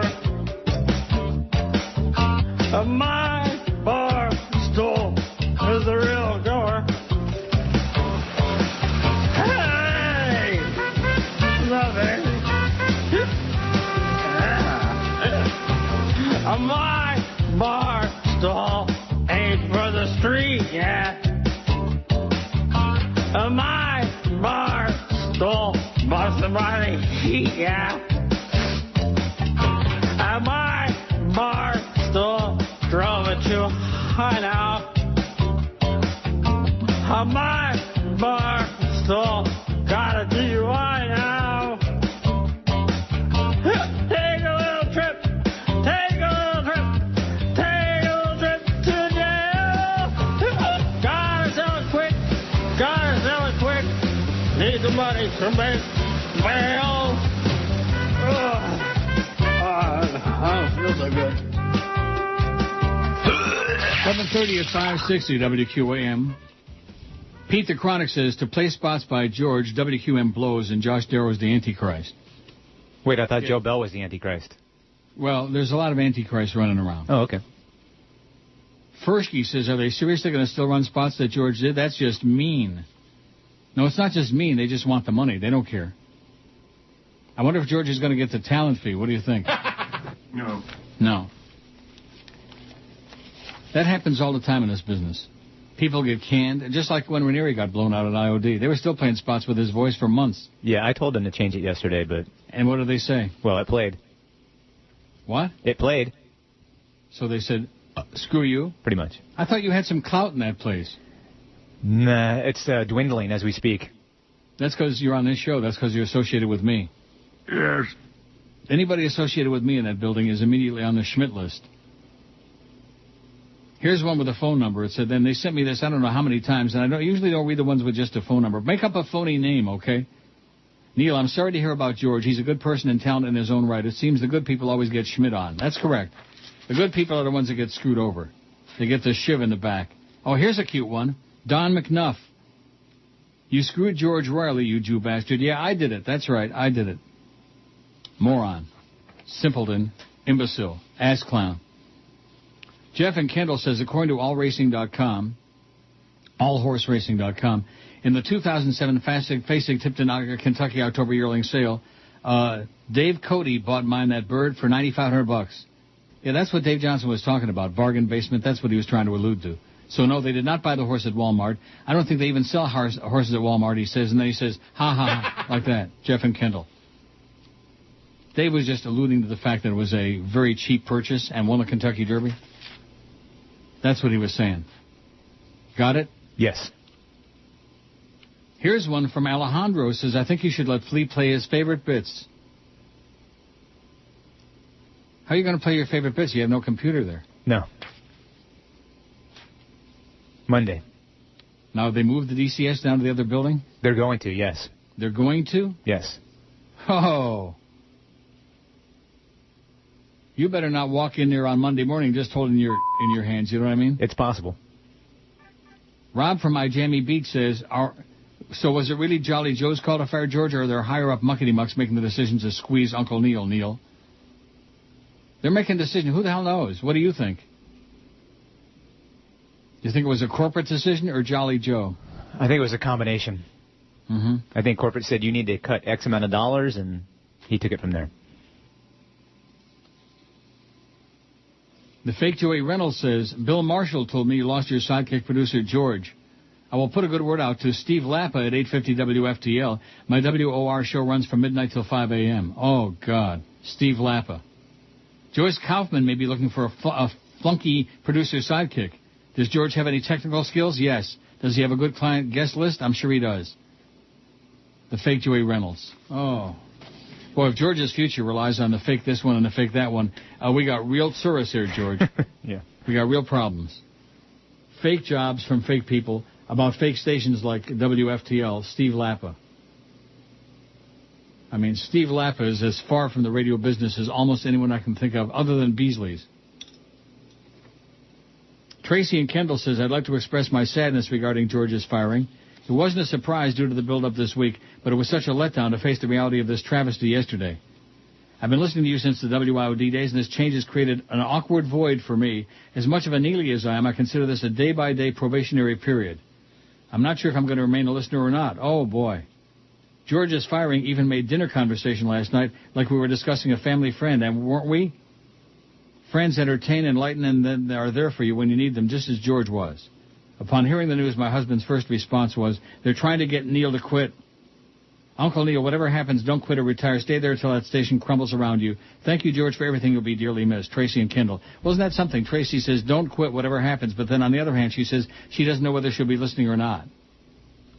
Sounds like a real backhanded, lukewarm endorsement to me, Tracy, of all people. Wow. That is shocking, isn't it? A little bit. It's like a slap in my ugly puss. Diana says, I have to say that after listening to the show yesterday, it is eminently clear what you've always claimed about the South Florida audience. They are simpletons who only like to complain and critique. That is correct. Joe Bell fits right in. It's very easy to sit on the side of the radio and ask that both you and Flea make sacrifices on your personal lives and income in order to show support for George. Yeah, I think you ought to take every dime they're paying you, Flea, and give it to George. It's less than he was making before. What? It's less than what he was making before. The best support you can give him is to continue to produce a quality show and bring to our attention the atrocious behavior of companies such as the one that employs you. Endangering your livelihood is irresponsible, and I'm certain you can't afford it. That's correct. Who can in these times? George knows there is nothing anyone could have done to safeguard his job. This was well planned and executed by Joe Bell, that coward. Worse than a coward, he has displayed no business acumen and certainly no common sense. It doesn't take a genius to understand the Neil Rogers Show is the cash cow of QAM. I'm certain that any good executive would find other ways to trim the fat in that station and keep the one thing that brings them money running. Another display of poor management by Joe Bell is allowing his personal feelings about somebody disrupt his business priorities. He's a jackass. Thank you for the great entertainment. Please keep it up. There's a special place in hell awaiting that monkey called Joe Bell, says Diana. Well, at least Diana's going to keep listening, unlike Tracy, who's not sure. Tracy, I'm just wounded. I'm bleeding. I feel like Jesus. My hands are bleeding. Even my rectum is bleeding. Any minute I may start that oozing Joe Bell diarrhea. Has he got it yet or what? One can only pray. One can only hope. I do have in the other room something somebody sent me. I think Chicken X sent it to me. It's a voodoo doll. Ooh. And so I'm going to name it the Joe Bell Voodoo Doll. I'm going to stick pins in it all weekend. Voodoo doll. So that maybe that oozing, nasty, unstoppable, bloody diarrhea could start in Joe Bell's fat rectum. Genuine Antique Person says, love your show. Your topics are sometimes off the wall. You hear the sirens coming again to get Jolly Joe for that bloody diarrhea? I'm worried about his health, to be honest with you. Sure. Your topics are sometimes off the wall, entertaining, but most of all, I'm really entertained by the level of stupidity and emails and comments you receive from some of the listeners. I sit here and shake my head and wonder how some of these people made it through life. Sorry to hear about George, but that's the radio business. There used to be a thing called job security, but that doesn't exist anymore. That's correct. It's a thing of the past. I'm sure George will pick himself up, dust himself off, and move on to better things. Good luck to Flea in his new job. He has big shoes to fill. Regards, somebody. With no name. Regards, Genuine Antique Person. I mean, can't people, even make up a name? Wouldn't that be good? Like Oishmoy Jew or Jaime Schmendrick or something like that. If you don't have a name, just make one up. You're listening to Neil Rogers. Well, here we go again. It's Friday, you bastard. Way down south, where the mugwumps go to hang from trees and play banjo. You got some who own a station on newfangled radio. Oh! Now as North Carolina goes, Raleigh's a big city, you know, and that's where the Beasleys had to go for Jolly Riley Joe. Oh, my God. A new GM, he'll do what he can. Shake your hand like a friend, then quickly walk away. They had Joe go to 560 with ratings in the toilet bowl to get those flaming sport homos in order and control. And then so Jolly Raleigh Joe, a buckular and in the know, he lets Mo go, and here's what blows, gives Geldy his own show. He'll make a big change and rearrange. It's worse or the same, he hasn't done a thing. For what goes on the air at 2, Joe don't have a stinking clue about a format that essentially blows sport hole radio. Oi! The GM of 560, Jolly Raleigh Joe. 16 till noon at 560 WQAM. Boy, this show is sure zooming right along, ain't it? Zooming. Is it? Yeah, not bad. Already had our call with Dave Johnson. It was like an out-of-body experience. He seems like a great guy. He is a good guy. We've been doing those shows, the shows. They're not shows, but I mean those phoners for forever. This has got to be the 12th year on this station, and several years in IOD. It's got to be at least 20 years that we've been confabulating before the Triple Crown races on the air.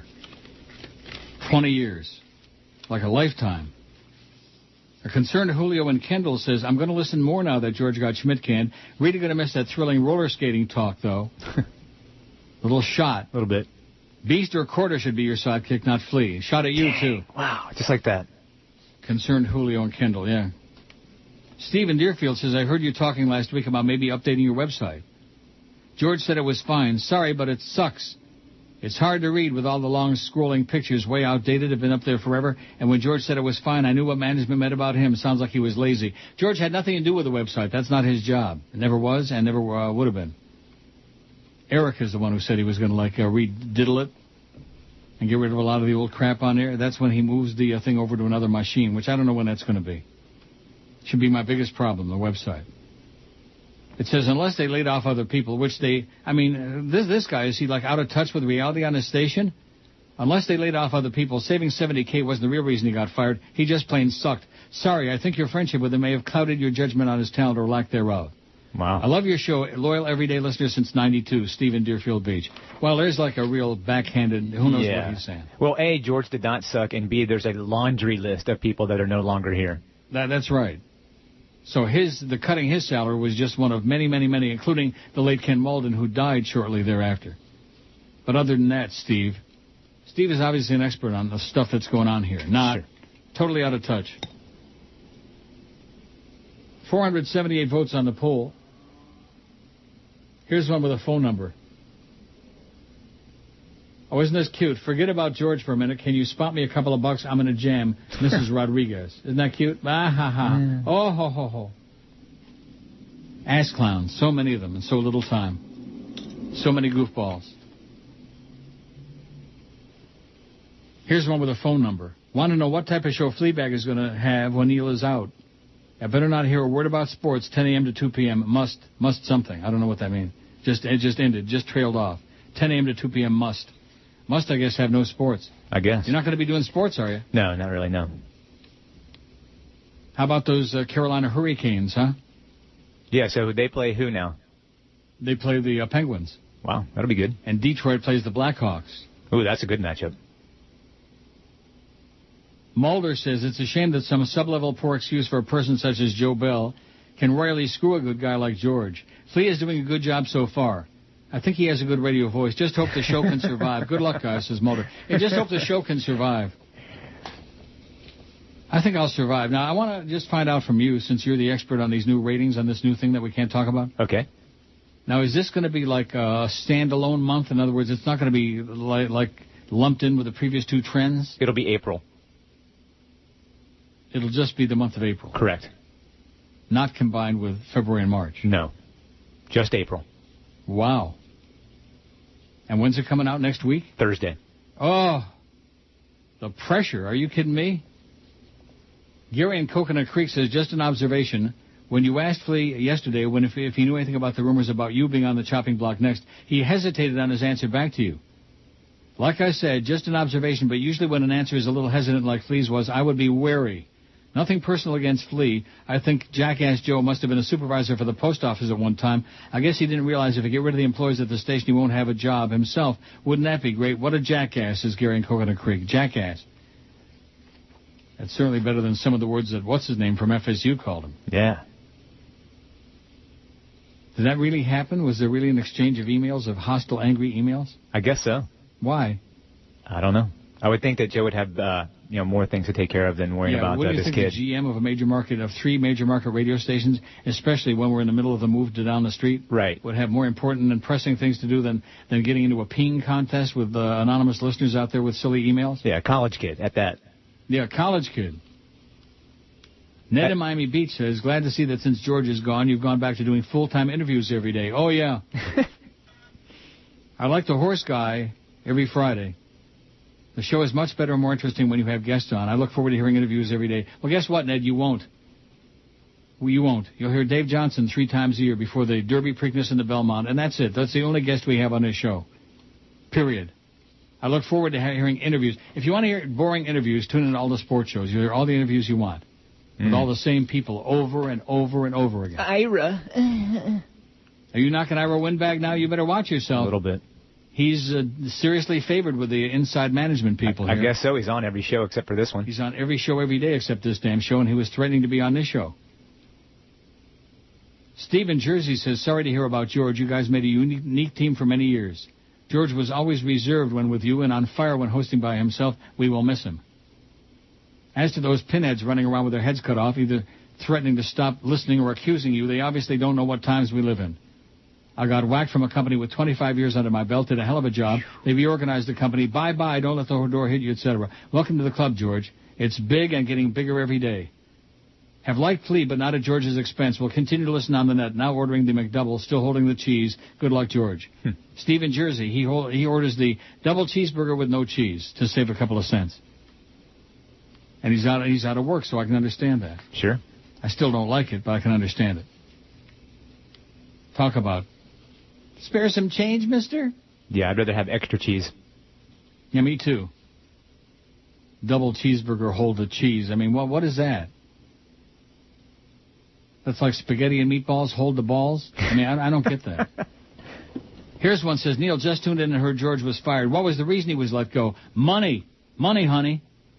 As a listener in Georgia, former Miami listener, I'm not happy about this. George was always very nice to me when I called in. Tell him to keep his head up and keep us informed. Thanks, Neil. George was nice to everybody. Yeah, that's right. Yeah. He's a good guy. People like him. And people are going to miss him. They already miss him badly, and so do I. But nevertheless, I'm getting paid to show up here every day and do the best I can under usually impossible circumstances. At least that hasn't changed. One thing about this outfit, man, this current regime, they sure don't make it any easier for you. They throw as many roadblocks in your way as they possibly can. And they're good at it. It's about the only thing they're good at.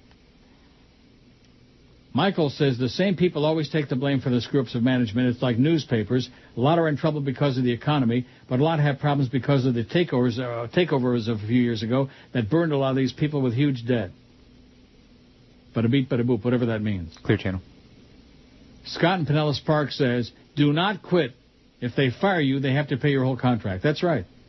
I'd start by using the good words such as, oh, I see, ass blank, douche blank, and GD. Oh, sure. I know you had that non-compete from WIOD when you got effed over by Buddy Bud. Looks like his quote of 6 months from now, people will be saying, Neil who? Blew up in his face. Boy, Gregor really did well, didn't he? Yeah. Give that ass clown Joe Bell and the D-bag Joyce. See, that's all I got to do is start giving them an excuse to fire me, and I'll be gone in 2 minutes. Above all, it says dump Norma Kent. Yeah, go on the air and start blurting out a few banned words. Yeah, that's good. Jimmy says that Steve is a DB. Now they're calling each other names. Here's Tyson, who's a real idiot. Why are the Panthers not bringing back Denise Potvin? Geldy sucks. Bring back the Rimmeister. Can you say, for old time's sake, Whitney has a pair? Oh, boy. Yeah, the Panthers fired somebody, too, one of their announcers. Denise Potvin. Yeah. Dumb frog. Long overdue. He added nothing. All he did was talk. Papa, boy, Rimmer hated him like poison and still does. Papa, papa, papa, papa. Never shuts up and never says anything. He has no insight to the broadcast. Just a real lummox. Another dumb ex-jock, Denise Potvin. Won't hear him now. And, of course, there's another cost-cutting move, whatever I just said, even though they denied it. Well, if it wasn't, wouldn't they replace him with someone? Right, that's correct. Well, they did replace him with Bill Lindsay, but he's just moving over from the radio booth, so they're cutting from 4 people down to 3. Right, that means Mueller will be by himself. That'll be great. Oh, yeah, Randy Moeller. Oh. Top shelf where Grandma kept the cookies. The idea of him stealing lines from Rick Jenneret and Mike Lang is so obnoxious and so disgusting. Only in South Florida could some clown get away with that and then be complimented for it by those jerks across the street. Oh, we're giving them all these great lines. Great broadcasters don't need the audience to give them lines and drop-ins and stuff, sayings. Can you even begin to imagine? No. The great broadcasters like Bob Prince, etc.? Like if someone gave Harry Carey, Holy Cow? Oh, yeah. Or Bob Prince, Kiss It Goodbye. Bob Prince was the greatest baseball announcer by so far. I mean, he was so great. Remember Bob Prince? No, you don't. No. Never heard. Now, where did you grew up in Tampa. You wouldn't have heard KDKA. No. At night. It's one thing about living in Florida. See, that's one of the sad things about people who lived in Florida. Most of them, unless they're transplanted Northern or Midwesterners, they never really heard the great radio stations. 77, WABC, you know those, WLS, CKLW, KMOX St. Louis, all of those. KDKA in Pittsburgh, WBZ in Boston, WWVA in Wheeling, West Virginia, which wasn't a great radio station, but they were on the Pirates Baseball Radio Network. So on nights when KDKA wasn't coming in real great, you turn over to 1170, there was WWVA. Whole different era, man, when radio really was something. It's something today, but it's a word we can't say on the air. You're listening to Neil Rogers. Yeah, just sitting around the house with not much to do. I got Neil Rogers on the radio, and, hey, what do you know there? It's the, what do you call it there, 12 to 1 hour. Excuse me, sir. I'm with 560 WQAM. We'd like to know, are you a sport hole? Yeah, damn right I am. Oh, what's your opinion? I mean, what's your take on the recent changes at WQAM? Well, I'm glad that old fag is gone, because I want to hear sports all day. You know, just real men talking all day about men. Now, I know they got that Cuban feller. He's filling in, but he talks too much about women, you know. He's a straight guy. But I want to hear other men ogle other men's firm butts and tight loins. Well, that's what sports is all about, buddy. Give me all sports radio, where they ogle men all day. Give me all sports radio. I grab myself when I hear sports holes say, look how fast he can run. Look how fast he can jump. That's the kind of man I'd like to hum. Give me all sports radio for the manly man who likes men. Okay, 1201 at 560. Oh, you know I forgot to mention? What's that? Pontiac, we're going out of business. I think it's a sad day for America, man. I'm not saying that Pontiac was my favorite car, and I never would have bought a Trans Am or anything other than a Corvette, which is still a GM car, you know, even though it's made in Bowling Green. But nevertheless, Pontiac was a damn good car. Yeah. It was, if you ask me... rock solid. Yeah. Buick wasn't a bad car either. They still make that. I told you the other day about my Buick Skyhawk. Yeah. Did you ever hear that? No, but my dad had a Skylark. No, this was a Skyhawk. Little car. Really neat, man. It was great. Looked good. Drove good. Good on gas. I remember my grandfather had a Chevy, Bel Air that had the column shifter on it. That car was awesome. A column shifter? Yeah, where you actually shifted gears, but it was, connected to the steering wheel. Really? Yeah, it was a cool car. What year was that? 18 what? Ooh, it was old. 60-something, maybe? Say what you will, man, but GM always made a good car, I thought. Yeah, I used to have a Chevy Camaro, 79 Camaro. That thing was awesome. I had two Camaros. But being a lot older than you, I had a 67 and a 69 Camaro. Ooh, now you're talking. 67 Camaro convertible with a blue top, white with a blue top. Yeah, I had a zillion miles on that car. That was a great car. And back in the day, in Detroit, in the late 60s, gas was like 33 cents a gallon. Yeah. Yeah. And they used to have gas wars. I remember there one time they had a gas war. It was a dime a gallon. They had cars lined up from here to, Aliquippa. They had cars lined up from Kalamazoo to Ishpeming, Michigan. I wonder where the hell Ishpeming is. I always used to talk about it because I love the name. Ishpeming, Michigan. Michigan's a good state. You ever been there? I've been through it, yeah. Kalamazoo is a great college town. Good food, nice people. Sturgis. I was the Marco Polo of all the small markets, man. Albion, Marshall, Sturgis. Worked in Hillsdale for 3 days. I have a friend who's a Chippewa. I don't know where that is. That's eastern Michigan, I believe. Is that in the UP or in the thumb? Not sure. That's my message to Joe Bell. Stick the thumb UP your ass. Don says it's amazing how the radio business destroys people. Seen Defoe lately? He looks awful, weighs about 300 pounds. And carts around a cheap board himself doing radio shows but nobody listening. Sad, sad, sad. Defoe ballooned up to 300 pounds. How can he afford to do it with the money they must be paying him for his point share? He's eating well, I guess. What is it? He's eating well. Maybe they're paying him in food instead of dollars. Yeah, that could be it. Maybe he's got to trade out for life. And he's probably boozing it up, too. Business, free food, man. If you're in radio and you're not getting free food, you might as well forget it. Says, I hope George sues their ass and finds something better. Your show rules with or without George. Ha, ha, ha, says Don. Ha, ha, ha, Don. Whatever that means. Yeah, ha, ha, ha. You know, whoever it was that woman that wrote about the emailers, boy, she had her thumb and her fingernail right on it. Guess where I'm going at 2 o'clock, by the way? Woodbine. Yeah. Not to be confused with Woodvine. I went there last night to plunge my frustrations out with all the stuff that's going on all week, and I did good. I got a good machine, man. Nice. It just kept paying and paying. Nothing big, but it just kept paying. And you know something? After a while, it adds up. Why don't you send that money to George, Neil? Yeah, I'm going to send George all the money I make. How's that? When my check comes, I'm going to sign it over to him. I'm going to call Social Security today, and I'll tell him to send my Social Security checks right to him. Did I mention this week that I got my check right on time Wednesday? That's good. Second Wednesday of every month, and I looked Wednesday morning, and there it was right in there. And then George got canned that day. And according to send him that money. According to Clarence, you get your bonus check today. According to Clarence, yeah. I haven't gotten any confirmation yet whether it showed up yet. It's too early. Right. But around 1 o'clock or thereabouts, I'll get a message from down there, a message from Garcia, and it'll say, oh, your bonus check showed up, it's in the bank. Or not. If not, there's going to be some real action at Jackson, I'll tell you that. Well, I can't believe that Jackson Harness Raceway is closed.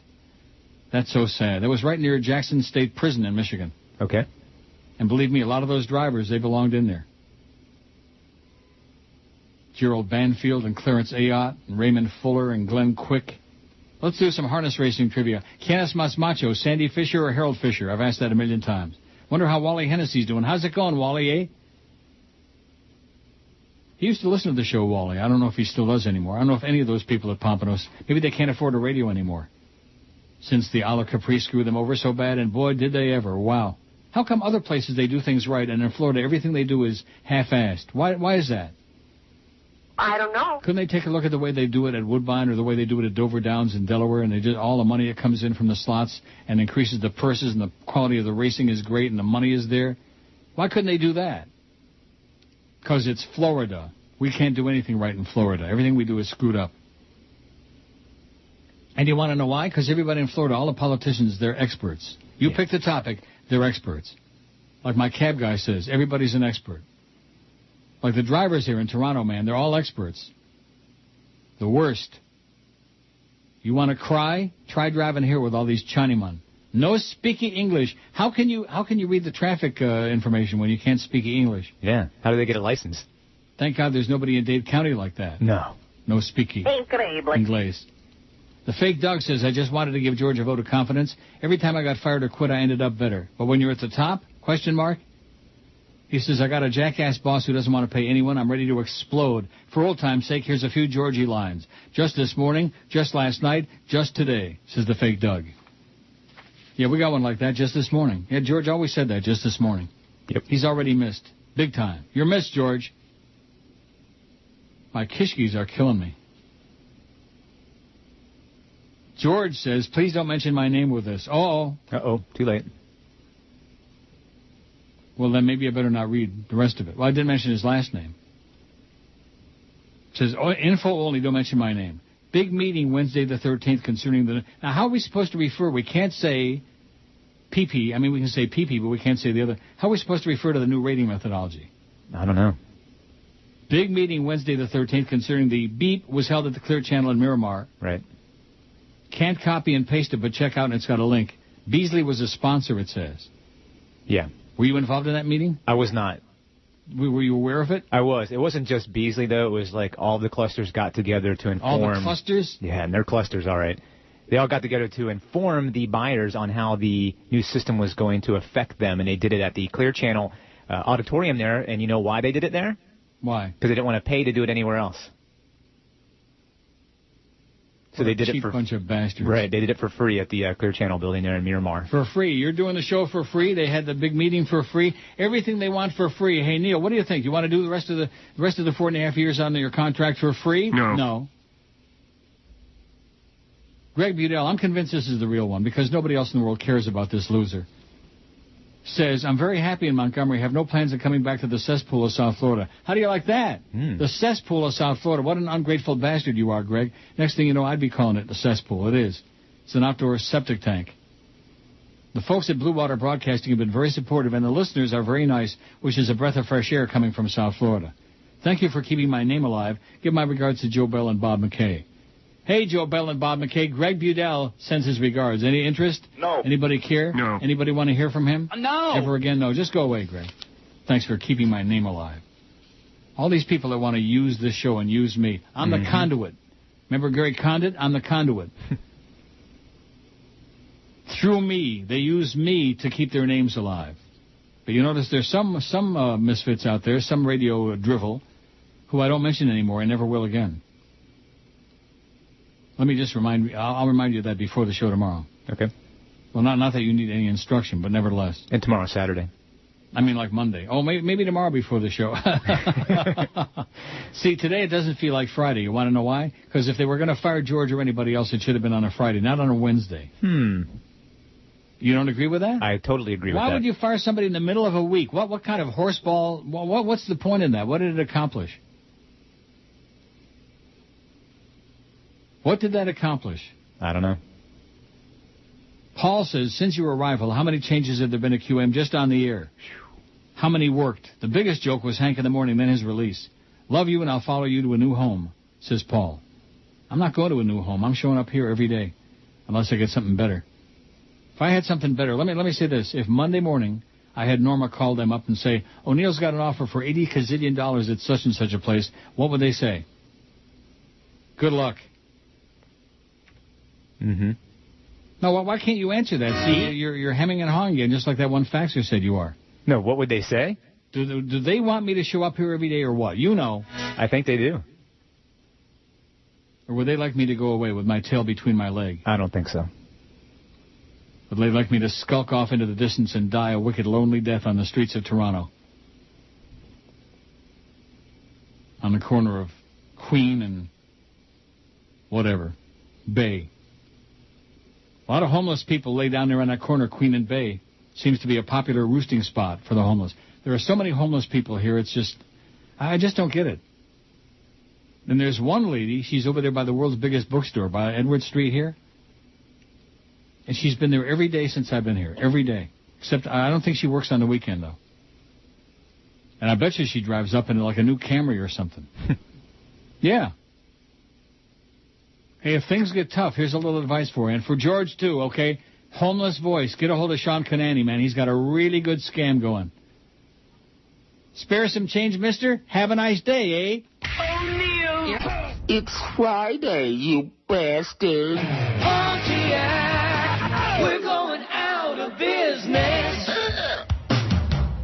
Real American a-holes. Real American a-holes. We salute you, Mr. I steadfastly refuse to convert from analog to digital guy. Mr. I steadfastly refuse to convert from analog to digital guy. Oh, yeah, I remember you. You're the guy from the old neighborhood who had every Zeppelin album on 8-track. What a whole lot of love now. And if I'm not mistaken, you're also the dope who was convinced that Beta would outlast VHS and who thought video laserdisc was great because you had to get up to flip it over at the same exact time you needed to take a leak. After February 17th, the only reception you'll be getting is on your CB radio. But you don't care. That just means more time to hone your skills at Asteroids. Don't forget head-to-head football. Yep. There you sit with your can of Tab, watching your 19-inch Sanyo with the pliers where the channel changer used to be, refusing to budge, just like that idiot who wouldn't move off Mount St. Helens back in 1980. So we salute you, Mr. I steadfastly refuse to convert from analog to digital guy, your rotary phone, your avocado-colored Frigidaire, and your Datsun. You are a real American a-hole. Absolutely. 12:17 at 560 WQAM. Happy Friday to you. We're doing the best we can. There's still a pall cast over the proceedings with George's firing on Wednesday. Rick says this. Wait a minute. Ron says you're supposed to fire people during the week so they can go out and start looking for a job the next day. Oh, did you ever hear that? No. It's less stressful than firing on Friday where they can't start to look for a couple of days. George has some leads already and likely not as stressed as he could be. If you missed the beginning of the show, we had George's report, and it sounds like he's doing okay. He said, spirits are high and so am I. Can't imagine what he means by that. No. Chris says, speaking of harness racing, oh yeah, let's. Rosecroft Raceway just outside Washington, D.C. and Fort Washington, Maryland is temporarily closed for live racing while they try to make ends meet. And just recently, the state of Maryland banned them from having a thoroughbred simulcast signal because of a payment issue. The bottom line is that the thoroughbred tracks are trying to squeeze blood out of a rock, and they're shocked when nothing happens. And it says, Rosecroft Raceway was one of my favorite spots to plunge my guts out. Eddie Davis and Eddie Davis Jr. And here comes Wayne Smullen on the outside. He's still dead, by the way, Wayne Smullen. Remember him? No. What about Eddie Beeler? No. Not from Rosecroft, but anyway. Rick says, this is obviously a last-ditch effort to get you and your show out and your show off the station. Since you surprised him by accepting the ridiculously low pay in your last contract. Yeah, I shocked him all right. Didn't I shock him, Flea, whatever your name is? Yes. Did I? No, I don't think so. I don't know. This does what? I don't know. Is it yes or is it no? It's, I think maybe you shocked him a little bit. If this does break your contract, then by all means sue the Schmidt out of them and leave. I'm sure you wouldn't be out of work very long. Oh, yeah, here's another guy. He's very sure I wouldn't be out of work. Right. Sure. The offers are just pouring in. Rick, let me say this to you, Rick. There's no money out there. There is no money in this business. It's all dried up. It's all gone. Rick says, Joe Bell can kiss my ass. I'm so pissed off at him. I'm sorry, Neil, but the Arbitron books I have will not have WQAM on it at all. It's just a small way I can protest this egregious situation. Well, we can't afford to have that happen, Rick. Yeah. We need your assistance, man. Why do we want to punish me because he hates Joe Bell? See, that's just...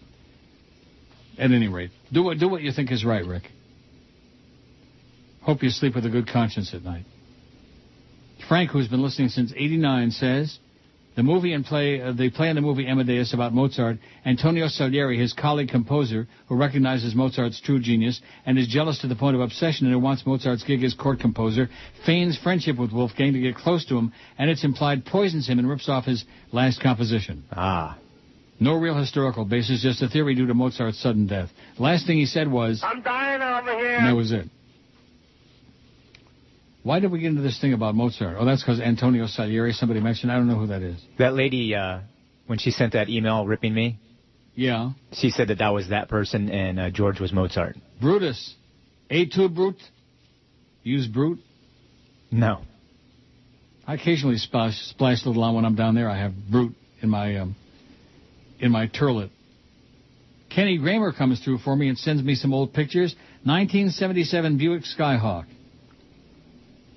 The one on top, there's three pictures. The one on top, which I'm sure you folks are looking at right now, it's similar but not close. Mine was like about an 80, 81, I don't know. Early 80s. Mine was red with white trim. Man, it was a neat little car. Buick Skyhawk. I think my favorite car of all time was my turquoise Corvette. I don't know what year it was. 89, 90, something like that. It's not really called turquoise, but it was like that kind of metallic greenish. Yeah. Remember they were making a lot of cars in that color back in the day? Yeah. Almost like a neon green. Beauty. Morrow says, oh, this is Spazzing Spaz, who usually used to be on MySpace, but nobody's on MySpace anymore. MySpace is dead as a doornail. I just proclaimed it. Yeah. I have nobody communicating with me on there anymore, and I mean nobody. Oh, and I haven't got to the fake Rick Shaw letter yet. Well, I sure got a lot of stuff here. The one thing about this whole deal, 80 billion emails this week. Most of them from people foaming at the mouth. Where the hell's my Rick Shaw email? Did you steal it? Maybe. It's in my pile here somewhere. I know it's not from the real Rick Shaw, because he would never, I don't think he would ever waste his time sending me an email on neil@neilrogers.com. He would MySpace me again like he did it last time, with more instructions on how to do my show and how to do this and how to live my life. And when you have too much time on your hands, Rick, you start living other people's lives, you know. It's like the retirees in South Florida. Let me take a look in your mail, see if you got anything good today. Spazzing Spaz says, Uncle Neil, George's firing is a tragedy. Even though I only met him once, he was always reminded me of myself for his knowledge of pop cultural issues. He'll be missed by me and the rest of your Julio audience. P.S. Joe Bell can toss my salad. Ooh. How do you like that for a shot, Jolly Joe? Wow. He's going to start stalking you, Spazzing Spaz. You better watch it. He's the stalker. I still don't understand that whole thing with that Chris from FSU, what that was all about. I don't get it. I guess the C word threw Joe Bell over the edge. Did it really? I think so. See you next time? Yep. Wow. Well, what do you expect to be called at a time like this when he pulled a stunt like that? What do you expect to be called? A good guy? Hey, love and kisses, Joe. Well, what do you expect? Let me say one thing. If you're going to be... Oh, here's the rickshaw thing. Okay. If you're going to be in management, you have to understand that even if you're a good manager, a lot of people are going to hate you like poison. Am I right? Yep. Rickshaw says this is definitely not the real Rickshaw. In fact, it says Rickshaw at LincolnFinancialMedia.com. Why would he be with Lincoln Financial? Right? Right. Doesn't that tell us where this is coming from? Yep.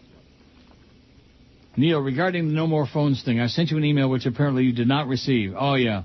It basically said, I'm a radio guy, and the goal is always to increase your audience. By cutting off the phone, you eliminate anybody with a cell phone and make email the only way to communicate with you. I think anybody with a cell phone has got access to a computer, wouldn't you? I would think so. I would hope so. No interaction between you and us. It's like reading emails from whoever.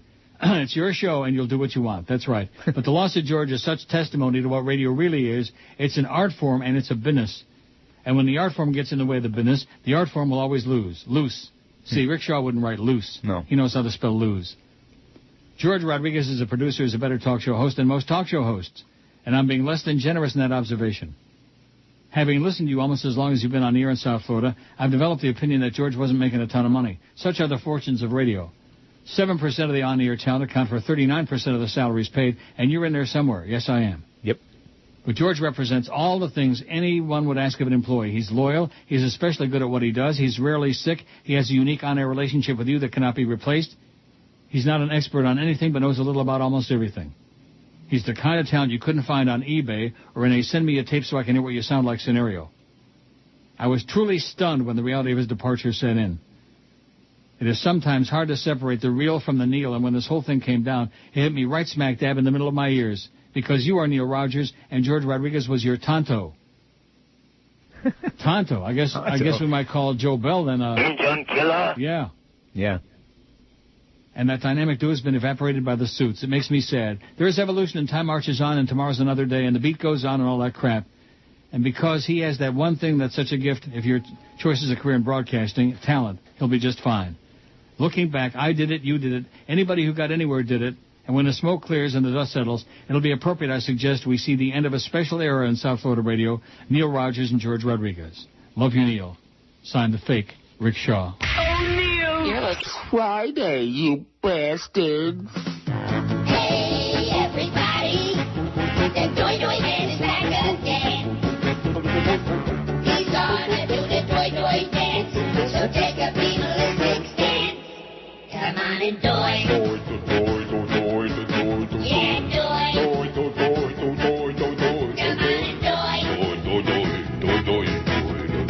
Toy with the Toy Toy Man.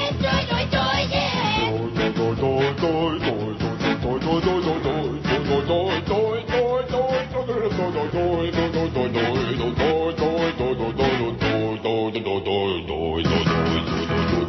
Hey, everybody. For the dancing toy boy who's done low. Put on a pair of checkered pants and shuffle across the floor. And then you toy. Yeah, toy. Come on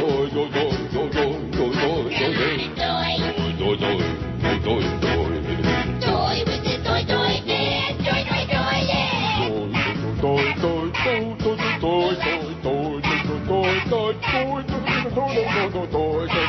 Hey, stick with the toys. This here's about toys, and that I never said. Stand up. Listen to the big shot over here. How's your show doing, huh? Now see here. See nothing. I'm the one who's working now. What are you doing all day? Shopping for jelly shoes? Why, you know this. Get over here. I know it.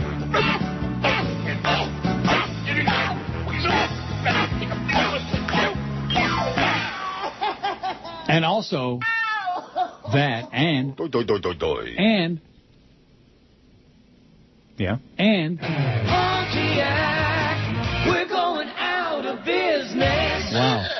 12:32, boy, that's one thing when you get old, man. All the good stuff is gone. No more Pontiacs, no more Oldsmobiles, no more Packards, no more Studebakers. My father, being the jackass that he was obsessed with Packards. Don't ask me why. It was one of the ugliest, big, boxy cars. You ever see a Packard? Yes. Oh, my God. Cliff and Kendall says, Neil, this morning on the way to work, I was sitting at a red light. The usual homeless voice loser was making the rounds. This particular misfit has a begging technique that involves waving at drivers with his pinky finger. Oh, boy. I would yell out, "You fairy!" I despise this homeless voice goon above all others. I was fantasizing about snapping off his pinky finger and sticking it up his nose when I thought of George's famous hatred of these parasites.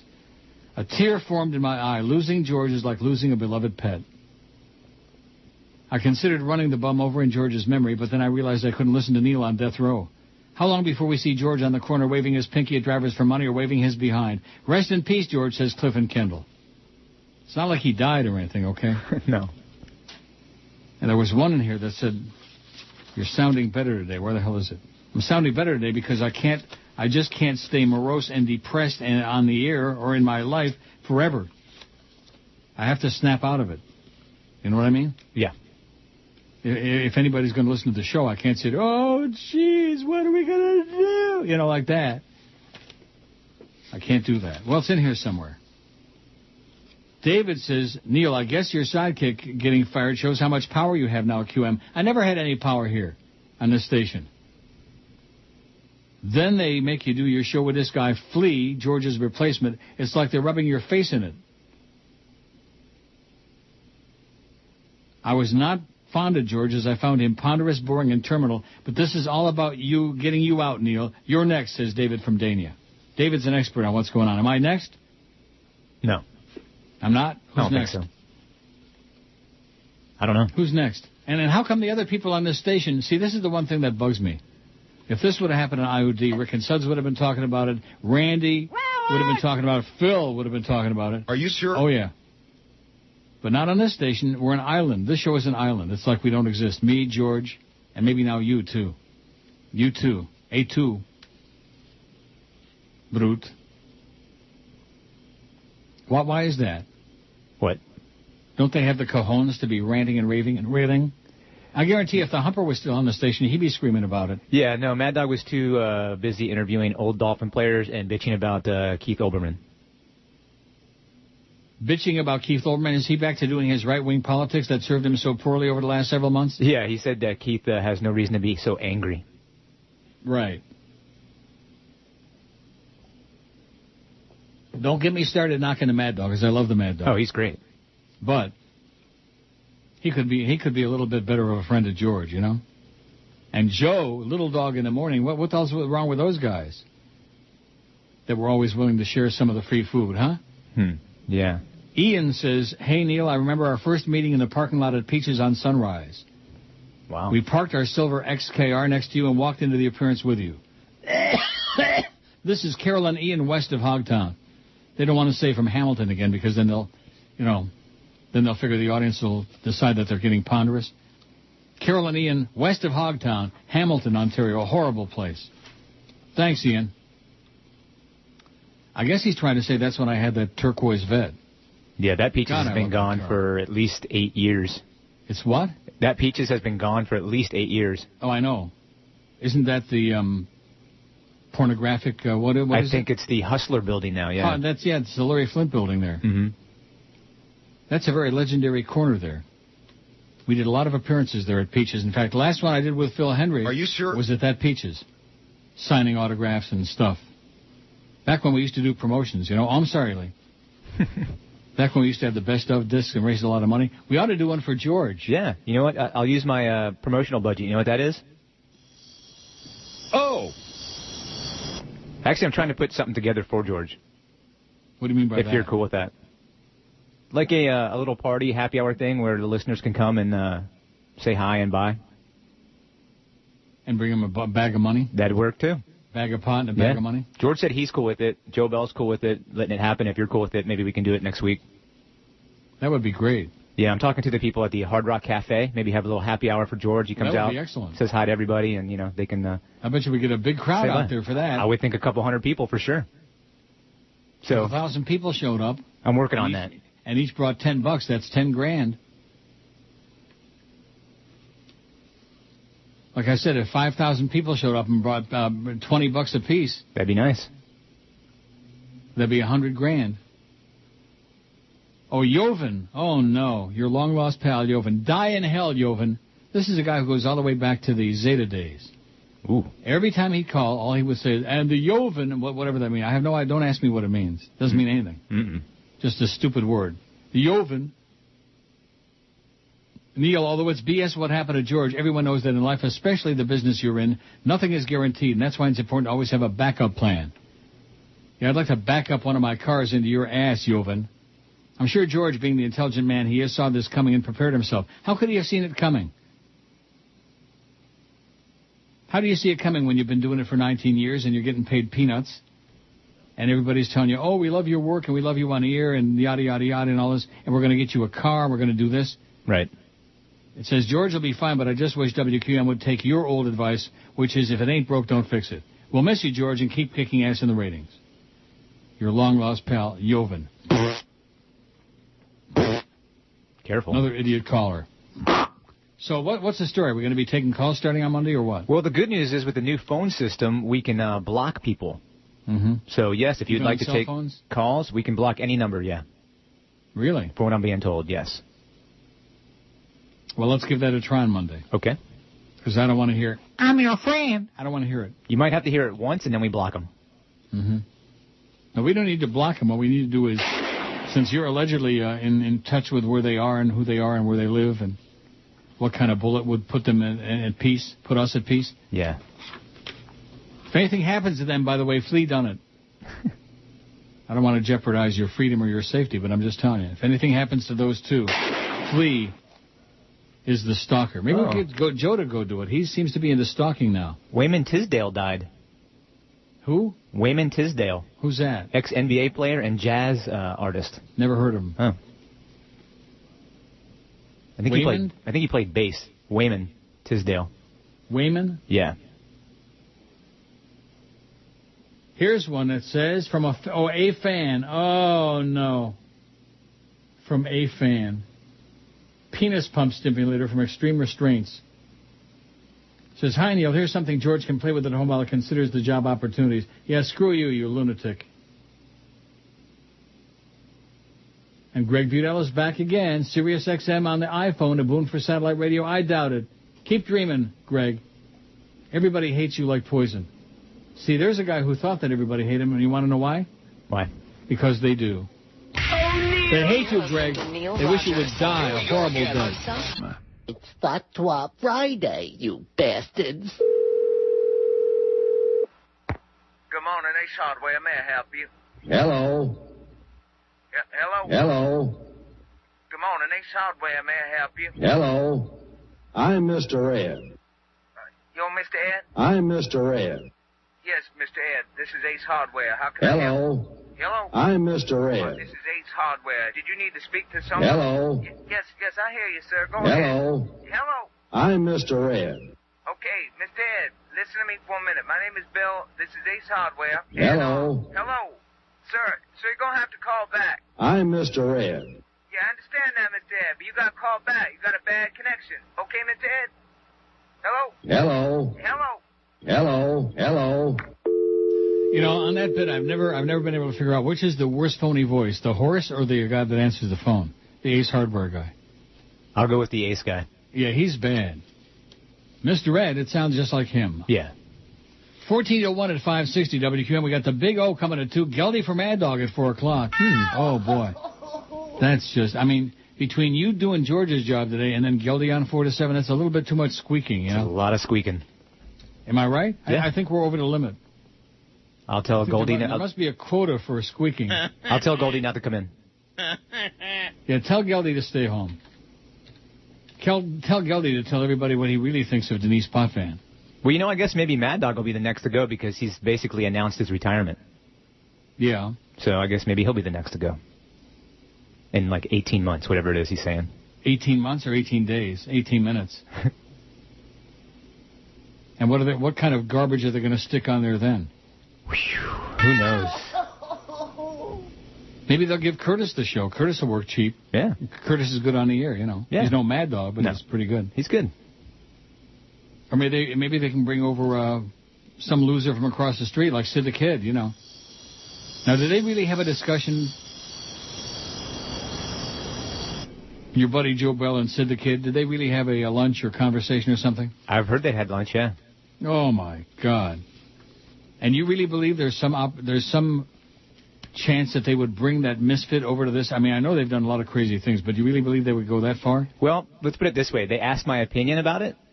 Yeah. I said, no, it's a bad idea. And they said, great, let's do it. Right. No, I don't know. They haven't said anything yet, but that was my opinion. No, don't do it.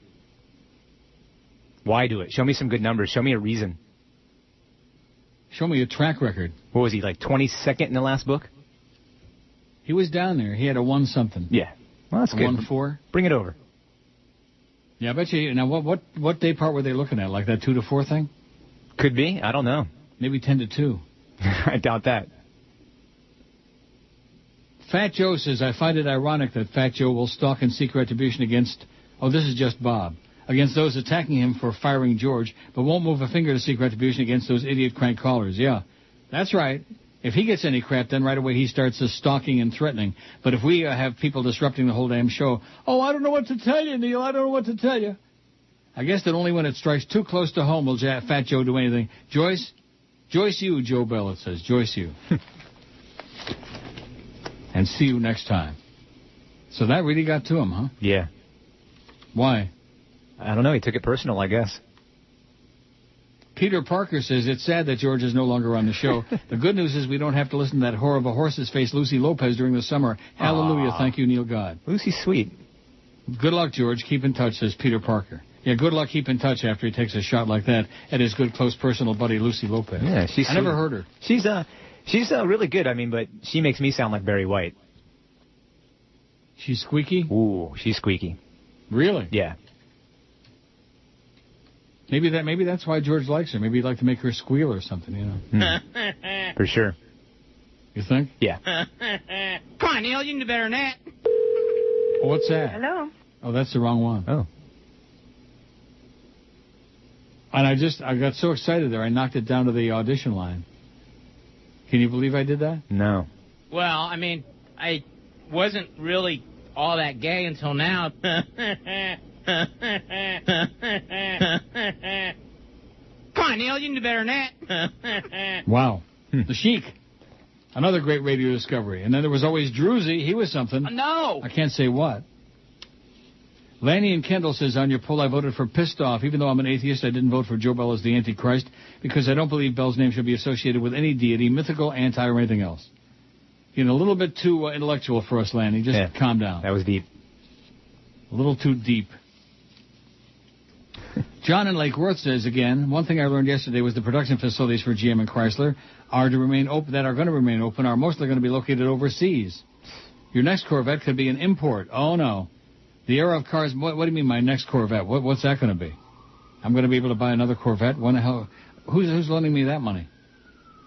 The era of cars made in America is coming to a close. More and more I look forward to retiring overseas, just like you, says John in Lake Worth. P.S. He says, my new favorite word is douche nozzle. Mine too. Is it? Yeah, I love that. Do you have the window open again today? I know you got the AC on, right? No. Wow, no, they're the loud. AC is cranking. Those sirens are loud today. It sounds to me like the window was open, but I'm sure I didn't open it. I checked this morning to make sure it wasn't because I got the AC going. I don't want to air condition the outside. But you're right. It does sound loud. It's out loud. You're right. So you're hearing all them sirens? Yeah. Well, at least it keeps the people awake out there. That's one thing that a lot of people in this business don't understand is you don't play commercials with sirens and stuff blaring in the background. It's prohibited by the FCC, number one, and for good reason. And people still do it, though. Yeah, well, some stations still do it. I hate it. You're driving down the road and you're listening to a station, all of a sudden, and you're looking around wondering where the hell the damn fire engine or the police car or the ambulance is, and it's not there. The fire truck, it's not there. It's on the radio. Lisette says, I was so sad yesterday at 10 a.m. when I heard about George getting fired. Although we all saw it coming throughout the week, I was hoping Jolly Joe would change his mind. I was hoping that there would be like a last-minute reprieve, you know. Yeah. I listened for about an hour in the car, but I had to turn it off because not only was I sad about George, but I could hear how sad you were. You sound a lot better today. See, I told you somebody said I sound loud. Do I sound better today? Yeah, you do. I will continue listening to your show because I enjoy it so much. It'll be different without George. I wish luck to Lee in his new position, and, of course, wish George the best of luck. Have a nice weekend. You too, Lisette. And she isn't saying, oh, I'm not going to listen anymore. I can't believe Tracy and Kendall did that to me at the beginning of the show today. Yeah. She's not sure she's going to be listening, even though it was a topic of conversation at the dinner table last night. My long-suffering listener, Tracy from Kendall, would she do that to me? Well, we'll see. Mike says, thanks. Started listening in the early 90s when you syndicated into the Tampa market. Short-lived, but I found it very funny and entertaining. Do you know of an ex-jock, Dan Cilio, who's stinking up our airwaves from Orlando? You do, don't you? Yeah, Cilio. He played in Miami and can't shut up his yap about his days there. Mm-hmm. I wish someone would fire him. He also says no American has died of old age since 1951 when it was no longer allowed as a reason of the death certificate. When you update your website, could you try to add you fairy and I don't know to Neil's Noises drop section? You know what else we need to put on there if we update the sounds? If we do. If we do, Eric. In addition to those. Go ahead. That. Mm-hmm. Wouldn't you think? Yeah. Says, Mike in Clearwater, P.S. If you're making so much money, how can you collect Social Security? It doesn't make any difference how much money you're collecting or you're making. You can collect Social Security. If you've paid into it, when you get to be a certain age, you can collect. And at some point, you have to collect. I think beg your pardon? 68. I think at 68, you have to start taking it no matter you what. Do? Yeah. Well, I started at 66, and believe you me, I waited long enough. I can use it. Oh, be sure and send it all to George, Neil. All your money. Well, if you win at Woodbine, send it George a check. Yeah, okay. I just got through sending him a check. That's the ironic part of this. And, boy, he cashed it fast. Good thinking, George. Good move. Michael says George is missed. Hey, Neil, George is missed, and I'm pissed. And it's funny that they let George go because of his pay. Why don't they get rid of Joe Bell? I bet he makes more money than George, and his happy ass is still employed anyway. Says, I now live in Vegas. When I lived in Florida, always on my way to work or when I was out and about, I had on WQAM while you and George were on. Love you, Uncle Neil, Miss George, and good luck, Michael. Who's Michael? Don't know. Well, that's his name, Michael. Good luck, Michael. Good luck to us. We'll need it. Mike Johnson, who's very chronic, says, I hope George finds something that allows him to fall on his feet in the near term. Any chance that Fat Chris's role could be temporarily transitioned to George while he's in need of some income? Fat Chris still has a paying George job, and George has none. Right. Now, Fat Chris is making, you know how many dollars a week he's making? Right. And he would actually make less money doing the show because it'd be less hours for him. Yeah. $8. Yeah, George would be better off collecting unemployment than worrying about what Fat Chris is making. Also, sounds like the radio clusters must be related to the old bitch ticket lady looking for free. Yeah, where can we have the meeting where it'll be for free? We won't have to pay for it. Reminds me of the big radio seminar we had when IOD was sold to Paxson, and we had, I forget what hotel it was in. Speaking of George, are you watching CNN right now? Yeah. Oh, roller derby. Roller derby fitness. Amber Morey, otherwise known as Psychosis, has been skating for over a year. After probably... Now, why did you interrupt when I was into such an important thing about Paxson? Sorry. Oh, we had a seminar with Walter Sabo there, no less. What a ass clown. Oh, my God. Walter I know him. Sabo. I bet you he is buddies with Budell and that crowd of losers. Yeah, he's a Howard Stern guy. Who, Sabo? Yep. What do you mean by that? Because they called me one time when Howard Stern was looking for a PD up at Sirius. Yeah. And he was my contact. What do you mean he's a Howard Stern guy? What does that mean? I guess he represents Howard in some way. Well, screw you, Walt Sabo. He killed Jerry Williams. He put him in his grave. The great Jerry Williams from WBZ and WRKO and WMEX in Boston. And WNWS in Miami. You know, it's interesting. Nobody who's still alive remembers the WNWS days. They remember KAT. They remember INZ. They remember Zeta. They remember IOD, certainly. But they don't remember the WNWS days. That's because our average demographic was 90 plus, and they're all dead now. It's the 1 to 2 hour. Pontiac, we're going out of business. And the L round. Ron Hubbard statuette for Best Scientology Captive goes to Katie Holmes. The 2009 Scientologies, awarding Scientology Excellence for 2008. And the Hubbard for the most weight gain in all of Scientology is... no surprise here, Kirstie Alley. All your favorite Scientology celebrities will be there, like me, John Travolta, Tom Cruise, Katie Holmes, Kirstie Alley, Lisa Marie Presley, and that chick from Dharma and Greg. And the Hubbard for the ex-Scientologist we hate the most, Nicole Kidman. Catch the encore presentation of the 2009 Scientologies, only on Bravo. Watch what happens. It's like going to be so weird. You fairy. So here's one with a phone number, not a name. It says, so they asked Fleabag his opinion about Sid the Kid. What was his opinion on the George firing before it happened? Don't BS us, boy. What? Did you have an opinion? I thought they should not have fired George. Yeah, did you tell them that? Of course I did. And they said? Budgets. Sorry. They said, screw you? Pretty much. They said, shut up? Shut up and do your job, boy. Longtime radio broadcaster, worked as a movie extra, is dead. William Cooper, he was 94. Definitely old enough. Yeah. Not many people could say they had a piece of Jessica Tandy's birthday cake, or they interviewed Red Skelton and Minnie Pearl. William Cooper, a decades-long radio broadcaster who later became a movie extra, could. He spent more than 50 years as a radio broadcaster, doing stints at stations on both coasts. After he retired from the radio broadcast industry, the North Carolina native, then 70 and living in Atlanta, turned attention to working in the movies and TV shows filmed in the area. Mr. Cooper appeared in Sharky's Machine, which starred Burt Reynolds. Mm-hmm. He appeared in The Baron and the Kid, a made-for-TV movie that starred Johnny Cash. And he was an extra on the set of Fried Green Tomatoes and Driving Miss Daisy.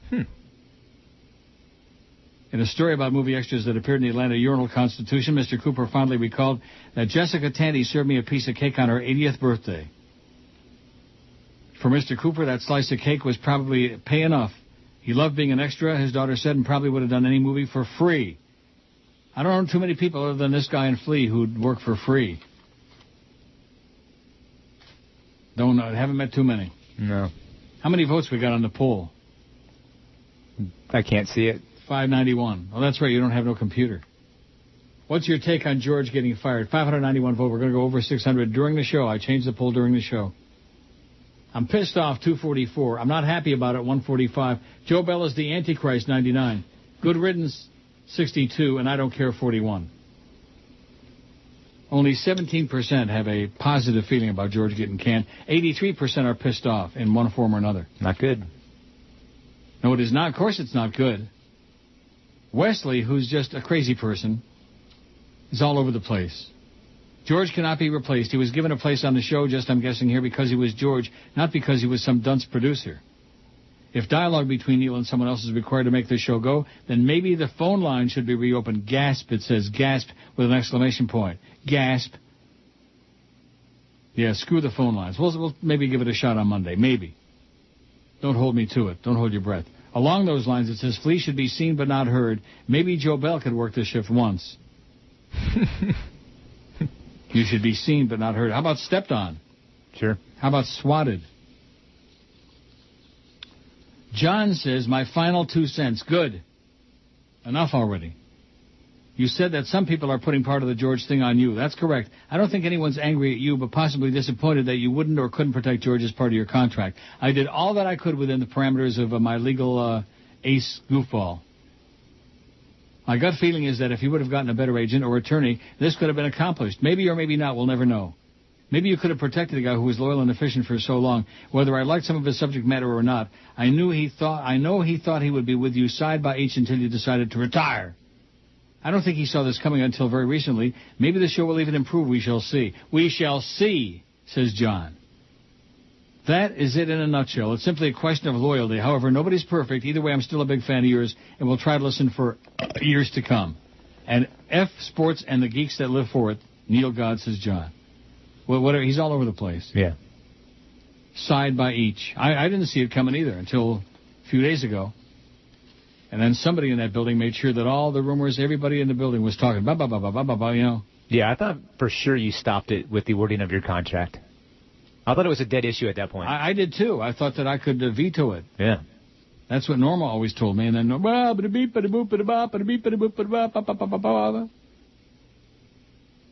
Ephraim says, you slipped a few minutes ago and said Flea was filling in for George today. LOL.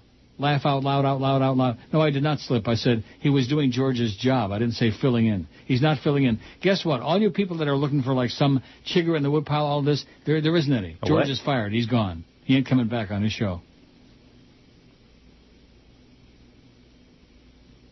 But you notice, no matter what I say or do, they tune in Monday, see if George is here. Right. I'm sure there's a lot of people out there that think on Monday George will pop back in. He will not. No.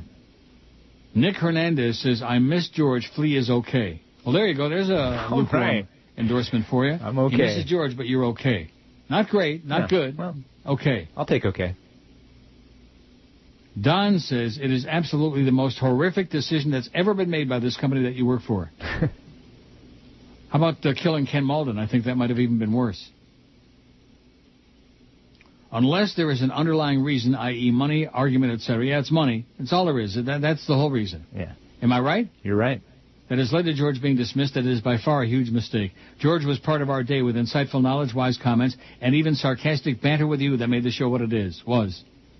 With all these restraints and personnel decisions being made, it's a wonder you can even survive. I agree with that. That's why I sound like I'm in a better mood today, because I have to shake myself out of that deep funk. You are truly a legend for surviving and entertaining us all these years. I am honestly sad that I'll never hear George again. Well, nobody said you'll never hear him again, just not here. We'll hear him somewhere. I related to 95% of his stuff, his thinking, and I know he'll be missed from the radio. I've heard his replacement when you were off, and his inexperience comes through in colors. It's a travesty. With a heavy heart, I bid you all the happiness and success in the world. Says Don. Don Macaroni. Or something like that. Macaroni. Stuck a feather in his cap and called it... crap. Yeah. Here's a long one from Charlie B. Oh, Charlie B. Good old poll man, Charlie B. We could use some polls, Charlie. Yeah. Well, this is long. It says, never give in. Joe Bell's office walls are getting rather crowded by all the mounted trophies, heads he's got hanging there. They're heads of those whose WQM careers have been killed on his watch. Mo Howard, David, Eddie Kay, Hank, the late Ken Malden, and now sadly George. He left Jesse Agler out. And Allison Turner. And Allison, yeah. Can there be any remaining doubt about this man's motives or the ultimate trophy head he'd like to mount on his wall? Yours, Uncle Neil? Yours is the only head left for him to lop off, and despite any denial he might offer to the contrary, we all have to now recognize and accept that this two-faced, duplicitous bastard will never stop in his tracks until he schemes, plots, conspires, and connives to achieve his ultimate prize, mounting your head on his wall. With George now gone, anyone who assumed that Joe Bell up to now was just an innocuous country bumpkin from Raleigh, General Mangler, must now wake up and accept that this bastard has a bloodlust in him and won't stop with George's firing. Says, I harbor no doubt that this bastard now intends to go gunning for you. And then, only then, may his long murderous bloodbath of WQM talent come to an end. Joe Bell is the penultimate dictionary definition of grinning man who'll shake your hand with his right hand while hiding a switchblade at the ready in his other. That sounds like that Jolly Raleigh Joe song. This is a man who would put his mother in a nursing home, pull out a last will and testament for her to sign, then stand on her breathing tube while she signed it. Her breathing tube. He is corporate evil incarnate. This now becomes a great staring contest, one between you and the bastard. Bastard from a basket. You would play it if you had it there, but you know. Do you have it? I don't know. Might be on the 360. Bastard from a basket. Oh, wait, I think think you know what? He will not blink first, Neil, but that bastard will. Make him sweat. Bastard from a basket! Jesus, God. Oh, that was loud. Sorry. Make him sweat, make him agitate, but hang in there, Neil, and eventually the contest will end. He will have blinked. His own shamed career as WQM's GM will have collapsed in ignominious ruin and infamy. And you will have outlasted him and his evil, devastating designs on the station, the audience, and you. This bastard does not deserve to win, must not win, and should never be given the pleasure of winning. You, Neil, are now the only one left separating him from outright total victory. As Churchill proclaimed, never give in, never surrender, never, never, never, never. Never. Never. Several nevers. Charlie B sounds like he's all worked up, pissed off, and fired up, don't it? Yeah. Larry says, hate mail, just kidding. Very sad for George, but I'll continue to listen as I like Flea. Sorry for the fragmented sentence. Driving to work listening to Thursday's archive. Says Larry in Palm Harbor. That was 6:32 this morning. Wow. 6:32 this morning.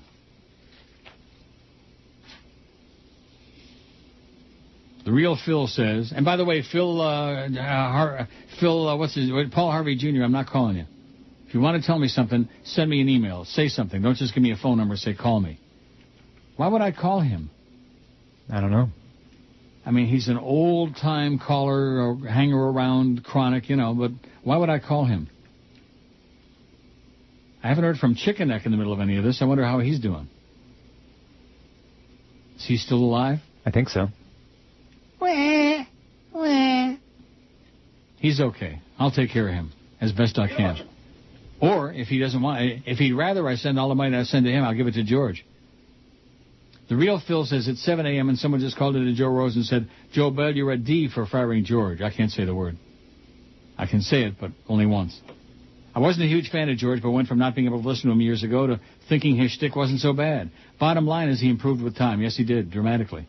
He was the perfect yin to your yang when you're broadcasting. I'll miss the repartee. I think they fired him simply because upper-level management hates you, and this was their way of getting back at you for constantly railing against them. You believe that? No. Speak up. No, I don't believe that. I think it was purely budgets. George was fallout. If you...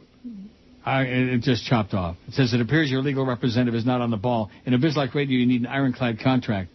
You might think about having another agent read over your present contract so you know where you really stand. A second opinion is always good to have. Now that 940 has no more real radio, no Tom Hartman, Stephanie Miller, Randy Rhodes, QAM is my only alternative. That sucks for me as I like choices, says Phil. I'll be buying portable XM or Sirius Radio in the next week, so I'm not a prisoner of just one show. It appears that AM radio will be dead very soon, and QM management apparently wants that to be immediate. Nothing personal, Neil. I just like to have options. AM gives me none. I like sports, but the only decent shows are Rose and Mandage. The rest suck really bad. George, I hope you find another equal gig, equal or better than what you had. Regardless of your talent, you're a good person, and that counts for a lot. Oh, Neil! It's Friday, you bastards. It puts the lotion in the basket. It mixes it all up. It puts the lotion in the basket. It puts them both together. It puts the lotion in the basket. When the eyeball falls out, it puts the lotion in the basket. Then it has to hose it down. It puts the lotion in the basket. It's what I have to get. It puts the lotion in the basket. Need to rub it on my breast. It puts the lotion in the basket. I have to dry clean my skin soon. It puts the lotion in the basket. I said, Doctor. I switch my BP in my legs. I say, Doctor. I like to dance around this way. I said, Mommy. Are the lamps quiet today? I said, Mommy. I want to look more like a woman. My name is Buffalo Bill. It puts the lotion in the basket. It makes it for my skin. It puts the lotion in the basket. I hold my PP in. It puts the lotion in the basket. How much does it cost? It puts the lotion in the basket. I got my skin suit nipple necklace.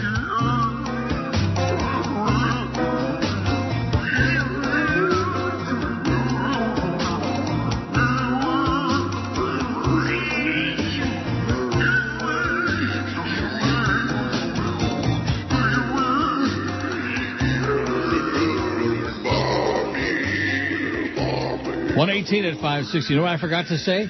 Pontiac, we're going out of business. Don't you just love? I mean, it's just a good piece of production, you know? Yeah. Which in this business, there ain't very much good production anymore. No. Like the old jingles, you know. Somebody was sending to me and George the file for the old contemporary radio, the ABC contemporary news sounder. I never got it. Dun, dun, dun, dun, dun, dun. Remember that? Yeah. Don't got it. I'll see if I can find it. Might be around. Maybe George got it. Tim says, oh, this is tragic. Give me a little bit of credit, Tim. Tim says the emails with the phone numbers are sent from people's phones. Duh. I'm sure you knew that, but if you didn't, now you know. Just because it's sent from your phone number doesn't mean that at the end of whatever you're writing you can't put a name to it. These people are way too lazy to change the phone number to their name or email address, by the way. Flea is all right. Tough place to be, I'm sure. Take care and hang in there, buddy. Your pal, Tim. Oh, thanks, Tim. Duh. I still say that at the end of the email, it could, just like this is your pal Tim. They could say your pal Joe, your pal Jemima. Yeah, not that hard. For example, this one, Com News with an email address, not with a name. Com News, what is that? No name. Neil, please don't expect any support from Joe Hose and Jim Manwich. They truly don't give a schmidt. Well, how do you know? Also, I've reminded you several times about your culpability in George's dismissal since you're responsible for having that nitwit attorney. I'll back off on that as I don't want to make you feel any worse. Good. I'm sick and tired of having everybody blame me for every damn bad thing that happens. I'm tired of it. Bah, bah, bah. Christ, I thought that once they put my mom in a box, I'd have enough. Bah, bah. Enough with that already. But I have to ask you, if they already violated your contract and got away with it, what's to keep them from doing that again and again and again? I called Norma Kent and asked him that last night. Who's going to stop them? Norman Idiot Kant, it says. Have a nice weekend with a Chineman, butch up. No name. Not even a fake name. And by the way, the fake Barry jackass, you are really getting on my nerves. You send me more useless garbage. Just garbage. It's got to be Mr. Radio. There's nobody else in the world that's just so obsessed and into all this trivial garbage about people. Tom don't like us, and this one and that one, and this meeting here and that. Oh, go away, Barry. Real or imaginary? Hey, Barry. You fairy. Oh, here's one from Key West Dancer. I noticed you stopped mention of your attorney, Norma Kant. Did you get a cease and desist? C-I-S-E and D-I-C-I-S-T. Talk about illiterate. Or is he off your payroll? Norma, you're fired, it says. Huh? No, I spoke to her last night. What's the point of my talking about Norma Kant? Well, what's the point? Did he get a cease and desist? Yeah, what does that mean? Oh, who knows? Who the hell knows? All these people are experts, like I said before. Like my cabbie always says, they're all experts. Or like he also says, these people are animal. They're animal, meaning the drivers. These people are animal. Mike says the Beasley trend of being cheap. For your information, on the Fort Myers market, Beasley's gotten just as cheap with its highest afternoon radio show. Highest rated, I assume he means. Yeah. On this popular show, one of only 3 radio show host DJs they have, they refuse to replace a producer from several years ago. Instead, they're using interns to run the board and act as producer. These interns are most likely not paid, or if they are, at minimum wage. What an embarrassment. Bring back Buddy Bud Paxson or Roby Young. Roby's still in the phone booth there on Biscayne Boulevard. Are you familiar with, well, I guess you worked over there, right? Clear Channel or at Fort Myers? Fort Myers. Yeah, I worked in Fort Myers. But you didn't work for Beasley, though. You worked for Cheap Channel? No, I worked for Beasley in Fort Myers. They bought the station I was working at, actually. You what? Beasley bought the station that I was working at the time. And they didn't can your ass? No. Oh, no wonder you're so tight with Jolly Joe. Yeah, they brought in Joe like about 6 or 7 months after they bought the station. Was he as much of an ass clown back then as he is now? No, like I said before, he left me alone because he didn't know the format, so it was kind of easy. It was actually a good setup because I could do what I wanted, and he didn't question it because we were number 1, 18 to 34. So Scott says, I did send the ABC Contemporary News Sounder to George. He did get it. Okay, we'll find it. We'll find it somewhere. Da-da-da-da-da-da. It was good. It was dynamic. Back when radio was radio, when they were, like I said, production. Oh, wait, I think I might have found it. Let me see. Have you? Maybe. Ooh. An exciting moment on the Neil Rogers Show. That's not it. No, it says ABC Programming Statement. Oh, my God. No, I'm sorry, I didn't find it. He might have put it in the other system, which he's going to install for me what other system? Over the weekend. The computer that he took with him. You mean the one that I bought? Yeah, yours. His? Yeah. Well, it's not mine. It's his now. I bought it for him. It's all yours, George. He can't come in today, though, because he doesn't have a car. So I'm going to have to go pick him up. You're going to go have him pick him up and do what? Bring him here so he can help me load the music in, the 15,000 songs that he has. Wayman Tisdale's dead. You already told us that. Yeah. He's still dead, though. 44. Well, that's pretty young. Yeah. He died after a 2-year battle with cancer. 3-time All-American in Oklahoma, played 12 seasons in the NBA, died after a 2-year battle with cancer. He was only 44. Wow. 44 is too young for anybody to die. Yeah, I think that's George, right? Isn't he 44? Are you suggesting George is dying over there? Is that what you're saying? No, I'm just saying it's young. Yeah, it's pretty young. What's your take on George getting fired? 631 votes on the poll. I'm pissed off. 266. 268. I'm not happy about 148. Joe Bell is the Antichrist, 106. 108. Good riddance, 63. I don't care, 44. Only about 16% are negatory toward George. The other 80+% are pissed off at Jolly Joe Bell and the Beasleys, the measly Beasleys.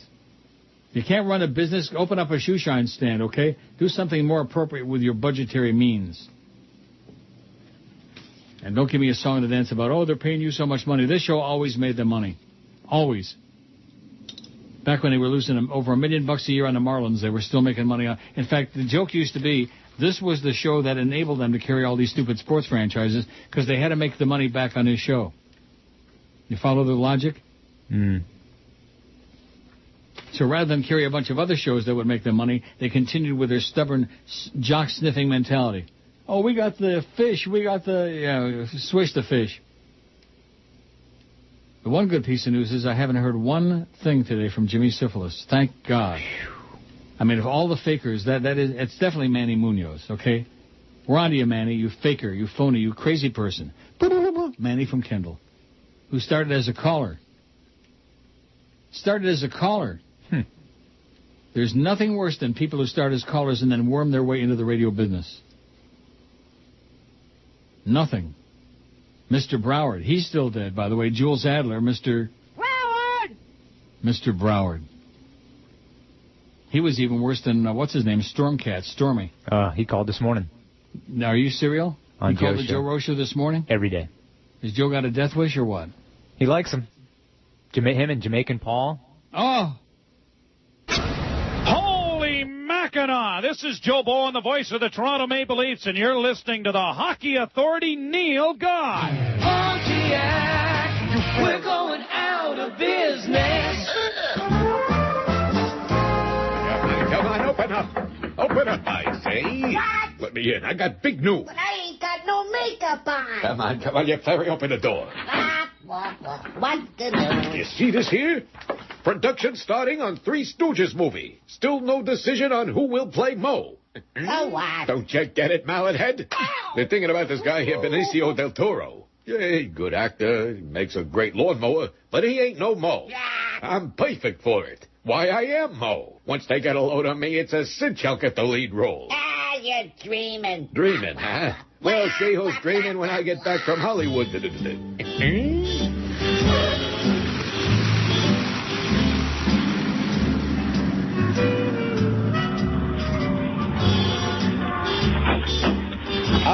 Hollywood at last. I think this here's the studio right here. Hey, mister, where you think you're going? Now, see here. I am Mo Howard and David, and I'm here for the new Three Stooges movie they're making. Well, I wouldn't go into that studio. They're filming a gangster movie in there. Who cares? Get out of my way. Hello, everybody. I'm here, the starter of your Three Stooges movie.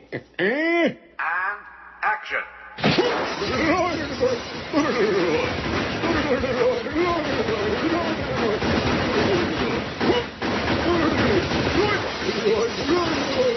132 at 560 WQAM. Speaking of ass clowns, you'll never guess in a zillion years who this next email is from, and it's from the real one, by the way. Okay. Joe Bell. Really? Yeah, it's his email address, and he's got the whole thing underneath it, VP Market Manager Beasley, his signature. Sure. Great show. I really liked the show the past 2 days. I'm excited about the two of you working together. Have a great weekend, Joe Bell. Here's my response, Joe. See you next time. Not. How do you like that? See, he's one of those guys that keeps digging and digging and digging. He can never get the knife in far enough and twist it. He's just got to keep digging and probing until it's all the way through, from your back all the way through your pupik. What's your take on that? That sounds painful. No, I'm not talking about the knife. I'm talking about the fact I got that email. Yeah, I think I would have waited to send something like that maybe down the road, if at all. Timing not so great. Oh, here you go. Here's one from George's mama. Yeah, your mama my ass. His mama that he hates like poison. You better get with the program. Oh, Jason. Here's one from Jason Strom, who's just chronic as all get out. Well, some of these people, it's a good thing we're taking the emails because that's all they do all day. Is email over and over and over and over and on and on and on. Jesus K. Christ. Steve in Jersey says the double cheese, hold the cheese is the same price, which is not an issue. I got a laugh out of the guy behind me the other day. He may be a Neil listener. Oh, yeah, in Jersey. I'm self-employed, not saving money. If I'm eating 5 guys, I get the cheese because at that point it doesn't matter. If he's eating 5 guys, I don't get that. 5 Guys burgers? I guess. The 2 guys I tune into, you and Letterman, have one great thing in common. You both have Dave Johnson on, either right before or after a big race. Letterman plays Johnson's iconic call when he gets him on the phone, which always stands the hair up, what little I have. And down the stretch they come. Yeah, I had that once upon a time in the DCS. It's gone. Dave did that for us one time. Remember before the Belmont, have him do that. He'll do it. Okay. Dave Johnson was one of the premier race callers of all time. I noticed he was very easy on his good buddy and mine, Tom Durkin. Used to talk to Tom once in a while on the air, too, years ago, Tom Durkin. He and Dave Johnson are 2 of the greatest, and, of course, Trevor Denman. And what was the old guy from Hialeah Park? No. It is now post time. Johnny, what was his name? No idea. Fred Capicella. See, I told you, Johnny. Freddie Capicella. It is now post time. And that's really something of Defoe having Dave Johnson on there and sucking up to him after he takes every chance. Oh, well, you know, Dave's just been mailing it in for years. Yeah, everybody's mailing it in except you, Defoe. It's hard to mail it in when you have no audience, when you have a point. Mefo. Boy, oh, boy. Yeah, and why is Leslie Visser slumming around with him? You're asking me? Yeah. Maybe she's tired of Dick Stockton. I wouldn't blame her. Yeah, you heard the morning that Hank put me on with them on the phone? No. When we were doing our crossover, and I just ripped him an ass, and she was laughing her ass off. Dick Stockton, one of the most boring dunderheads ever to do play-by-play in history. Terminal. Yeah, he looks, he's ugly. Like a dead man in a chair. That call on the Red Sox-Reds game, the home run by Carlton Fisk. Mm-hmm. Wasn't it Carlton Fisk? Whoever the hell it was. That was one of the worst. If it stays fair, home run. Home run? That's the best you could do, Stockton? You suck. Yeah. Who's uglier, though, him or Hubie Brown? Him. Wow. I'll tell you who's really ugly is Sam Rosen. We were talking about him before. Yeah. He could be the ugliest. He's just really ugly. I mean, I'm ugly, but not in that category. Jason says the other emailer was correct. All Flea does is dodging or mumble any of your questions regarding QAMU, George, etc. It is so obvious that Joe Bell put Flea out in there to stay real close to you in all your movements. Yeah. Flea, just stick to the production duties and keep your Benedict Arnold mouth shut. Benedict Arnold, how do you like that? That's great. Where are you and Joe Bell going for dinner tonight? Who's the catcher and who's the pitcher? Ooh. Joe, just shut up and twist the knobs and push the buttons. You are the Antichrist. Boy, there's a lot of Antichrists going around, let me tell you. I guess I got my pants and my shirt on. There can be more than one, I guess, right? No, sure. A lot of Antichrists. Sure. Ask Father Mirren. He said, there is only one. There is only one. Boy, that's such a great movie. I've got the Platinum Plus version of it, with all the extras and all the... Mm-hmm. Where she's walking down the stairs backward. George recommended a good movie to me the other day that I watched, Goya's Ghost. Goyam? Yeah, it was really good. Goyam's Ghost? Goyam's Ghost, yeah. I didn't know Goyam had a ghost. Oh, yeah, they're all over the place. So Steve in Jersey is all excited about down the stretch they come. Yeah, Dave Johnson was great. He retired way too soon. But I think they kind of pushed him out because ABC lost the rights to all the Triple Crown races. And once NBC got him, Durkin works for NBC. Boy, Durkin just butchered the Kentucky Derby. I hate to say it. I mean, I mentioned it when Dave was on. In passing, I mentioned it because I knew he wouldn't want to rip him bad. But isn't that interesting how he said they discussed it? Yeah.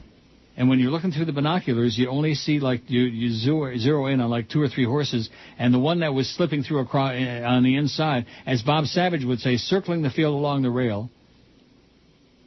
The winner, mind that turd, he didn't see him. You would think they would have a monitor as well, besides binoculars. No, race callers use binoculars. I don't think they have time to look down and look at the binocular and then look away and look at the program when they forget the name of the horse. I've always wondered about that. Bob Savage, the late Bob Savage, a caller once upon a time, had me up in the booth with him where he was calling a race. Mm-hmm. And he would shut off the mic and say to me, they're crawling out there. They're just crawling out there. He was nice to me, Bob Savage. Little guy, about 2 feet tall, midget. And he married this big, tall broad from Chicago with just zillions of dollars. Nice. Yeah, she was loaded. And then he died. Bob Savage. And on the outside, it's Cherry Cat. William says, sorry, Neil, I keep putting my name with my messages, but it's getting chopped off. I guess it can't fit, says William. Well, it fit that time. He's got his 561 phone number, and he put the name at the end. It would be nice to put a name to it. Thanks, William. See how I'm retraining these people in text and emailing messages? Nice job. Yeah, I think so. Quit sucking up. Okay. 655 votes on the poll. That's not too shabby for a poll we started in the middle of the show. Jimmy Dworsky, go away. Go away. Keeps sending me all this garbage back and forth of his verbiage between him and Joe Bell. Oh, God.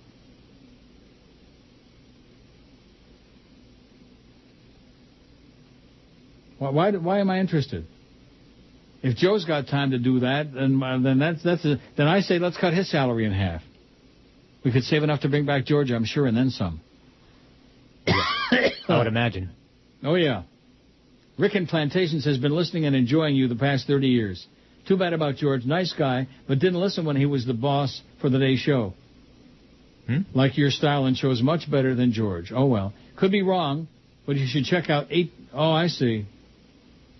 Yeah, I'm not checking that out. Yeah. Starts the thing with a sponsor. It's just what we need. Oh, boy. No bonus check. No. As of 1 p.m. this afternoon, there was no bonus check. Just thought you'd like to know. How do you like that? That's not good. Well, that's something you're going to have to check into, being the assistant PD. Well, I'll be going to the other building as soon as we're done, so I'll check into it. Yeah, slap her up along the side of the head. It worked for the Crow real well. And say, where's Neil's check, bitch? Oh, Neil. Neil Rogers. God.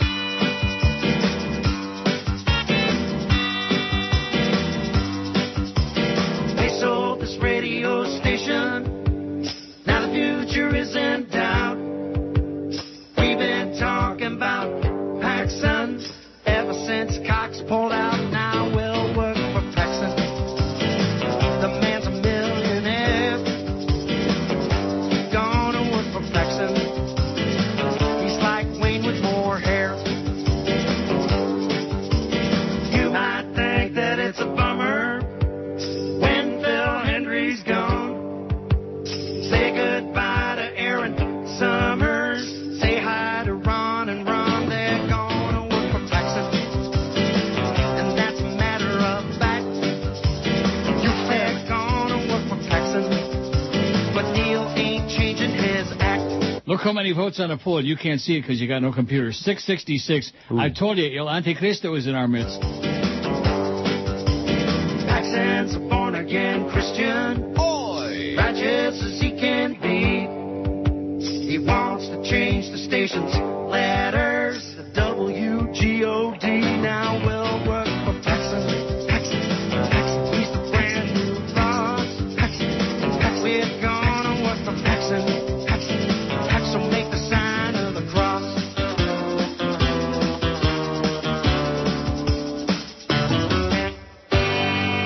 Okay, well, let's see what Flea did. That's his first assignment here as producer on this show. What did you do? What do you mean? About the check. Oh, I have to go to the other building for that first. There's nobody here.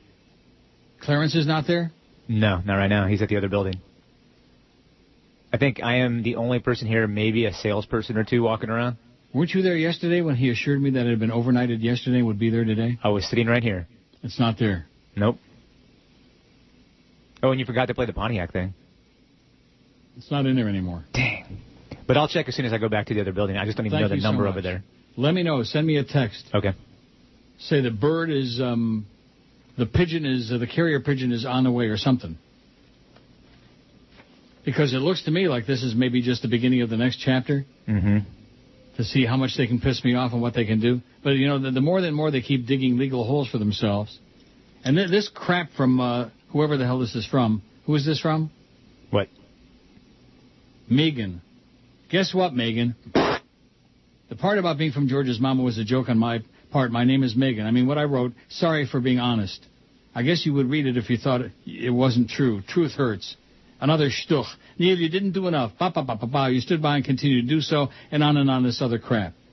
I think you're as spineless as the character you portray on the radio, it says. I didn't know I portrayed a character. No. I'm not saying you should have insisted he do the show when you're gone on your many vacations, but at least continue as your sidekick. Guess what, George's mama, Megan? I did all anybody could do. There was nothing more. No, for sure you did.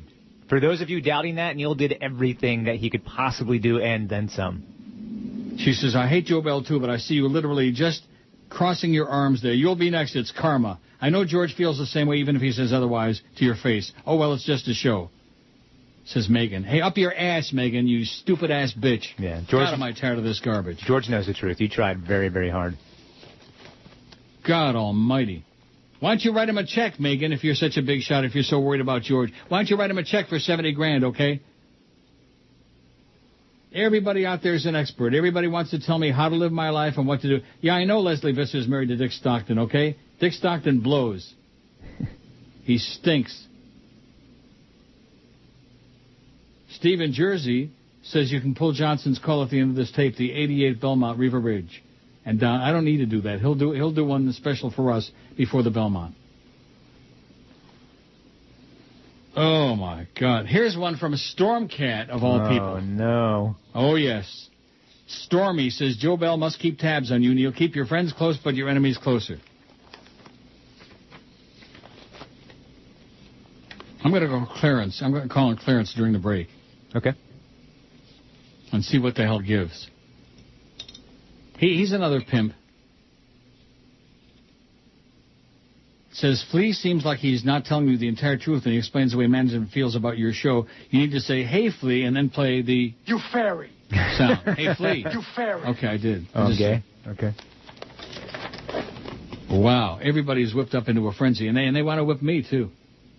Just whip and slash and tear.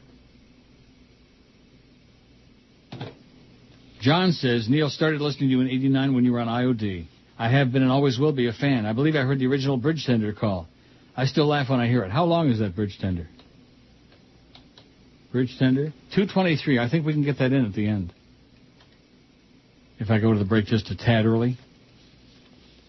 It says, always thought George would take over for you once you finally retired, but not to be. You guys were great together. I already emailed George and got a quick thank you. I wish you, George, and Flea my best. I'll be tuning in to George when he lands somewhere else. Thanks for the many years of entertainment you've provided free of charge. John in Hallandale Beach. By the way, never forget, Art Fleming was the original host of Jeopardy, and much better than that Alex Fool. Alex the Fool. Yeah. Alex Trebek. He's a Canadian geek, Alex Trebek. Did you know that? I did know that. He is. Dear Neil, it should have been spelled out more clearly in your contract. George would be, etc. And such and such a salary in violation would be a breach of contract with such and such a penalty. It sounds to me as if the wording was kind of vague. They just went ahead and fired and probably said, so sue me, says American Jackson. I never got to all those nifty stories you sent me this morning about the elderly couple in Pennsylvania working out the... Yeah, that was kind of funny. Elderly drug defendants. Yeah, selling heroin. I'll save it for a rainy day, for Monday.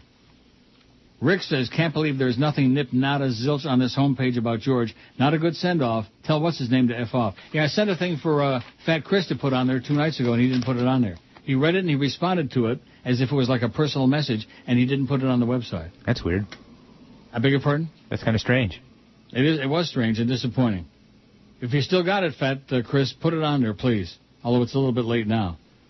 For tomorrow, I got the Jika follow-up today that I read earlier. I got his question and answer thing on there. That should suffice. Okay. Jim in Miami Shores says, I was listening this evening to the Fat Boys show quite by accident when someone called inquiring about George. The Fat Boys show? Who's that? I don't know. Who is that? He really did get fired? I can't believe it. He wasn't you, but in the last few years he's gotten a lot better. I think you're right when you say WQM has gone down a flusher. Now I can't wait to hear your show tomorrow, Friday. That's today. This was last night. I first heard you in my days in Kalamazoo going to Western in 66 to 70. Have lived here for about 25 years. Finally found you again 12 or more years ago. Love the show. We'll miss George, but we'll continue to listen. I hope they found you a good producer. Well, we got Flea. We got fleas. I don't know. Maybe what we need is a flea collar. What do you think? 677 votes on the poll. O'Neal. It stinks in Miami town. At 560 WQAM. Yes. Yes, sir. Yes. I wanted to talk to you about bridges, About what? cars, and boats that you talked about earlier. About what? Bridges, cars, and boats. No, we're talking about bridges over the causeway, not the ones in your mouth. I don't have any, my friend. Okay. Okay? Yeah. Calm down, sir. Take a deep fine breath. and dandy. Those are regulated by the United Corps of Engineers. You knew that, didn't you? No. Well, it is. All bridges over navigable waterways. See, if I knew by that, I wouldn't have been asking, see? What's that? I said if I knew the answer to the question, I wouldn't have asked it in the first place. Okay, well, all I'm saying, sir, is that the United States Corps of Engineers are the ones that regulate bridges over navigable waterways. Over what? Navigable waterways. Yes, sir, okay. Okay? Yeah. So it's up to them to decide what time the bridges should not be open to the marine traffic. Yes? And what time should they not be open to marine traffic, sir? I'm telling you that they come up with the times. Well, what is the time? I believe it's at rush hour times, sir, that they are not open to marine traffic. Other than that, they are open to marine traffic. So, in other words, any schlep with a boat can come along and back up traffic for 2 miles. That is absolutely correct, sir. Well, what kind of a communist bunch of crap is that? That is not a communist bunch of crap, sir. Sounds like some kind of Neanderthal fascist commie pinko conspiracy to me. Automobiles to one boat. Right, exactly. So the boat is going to stop for 5,000 cars? Is that it? No, I think that 50,000 cars ought to stop for one jackass in his boat. I think that's what they ought to do. Man, you better know your laws, mister, because you sure don't. That's right. I suppose you want the damn bridges closed to boat traffic in a hurricane, too. I want the bridges closed, period, okay? I want them closed. I want the bridge tender to go home and watch MTV and get the hell out of our lives. In other words, I want those bridges closed. Let them use the Julia Tuttle, okay? Let them use the MacArthur Causeway. I think they all ought to go on the George Washington Bridge and jump, all the bridge tenders. How do you like that, sir? Well, I don't know about you, but you sound like some stupid, idiotic jerk. Bye, bye, bye.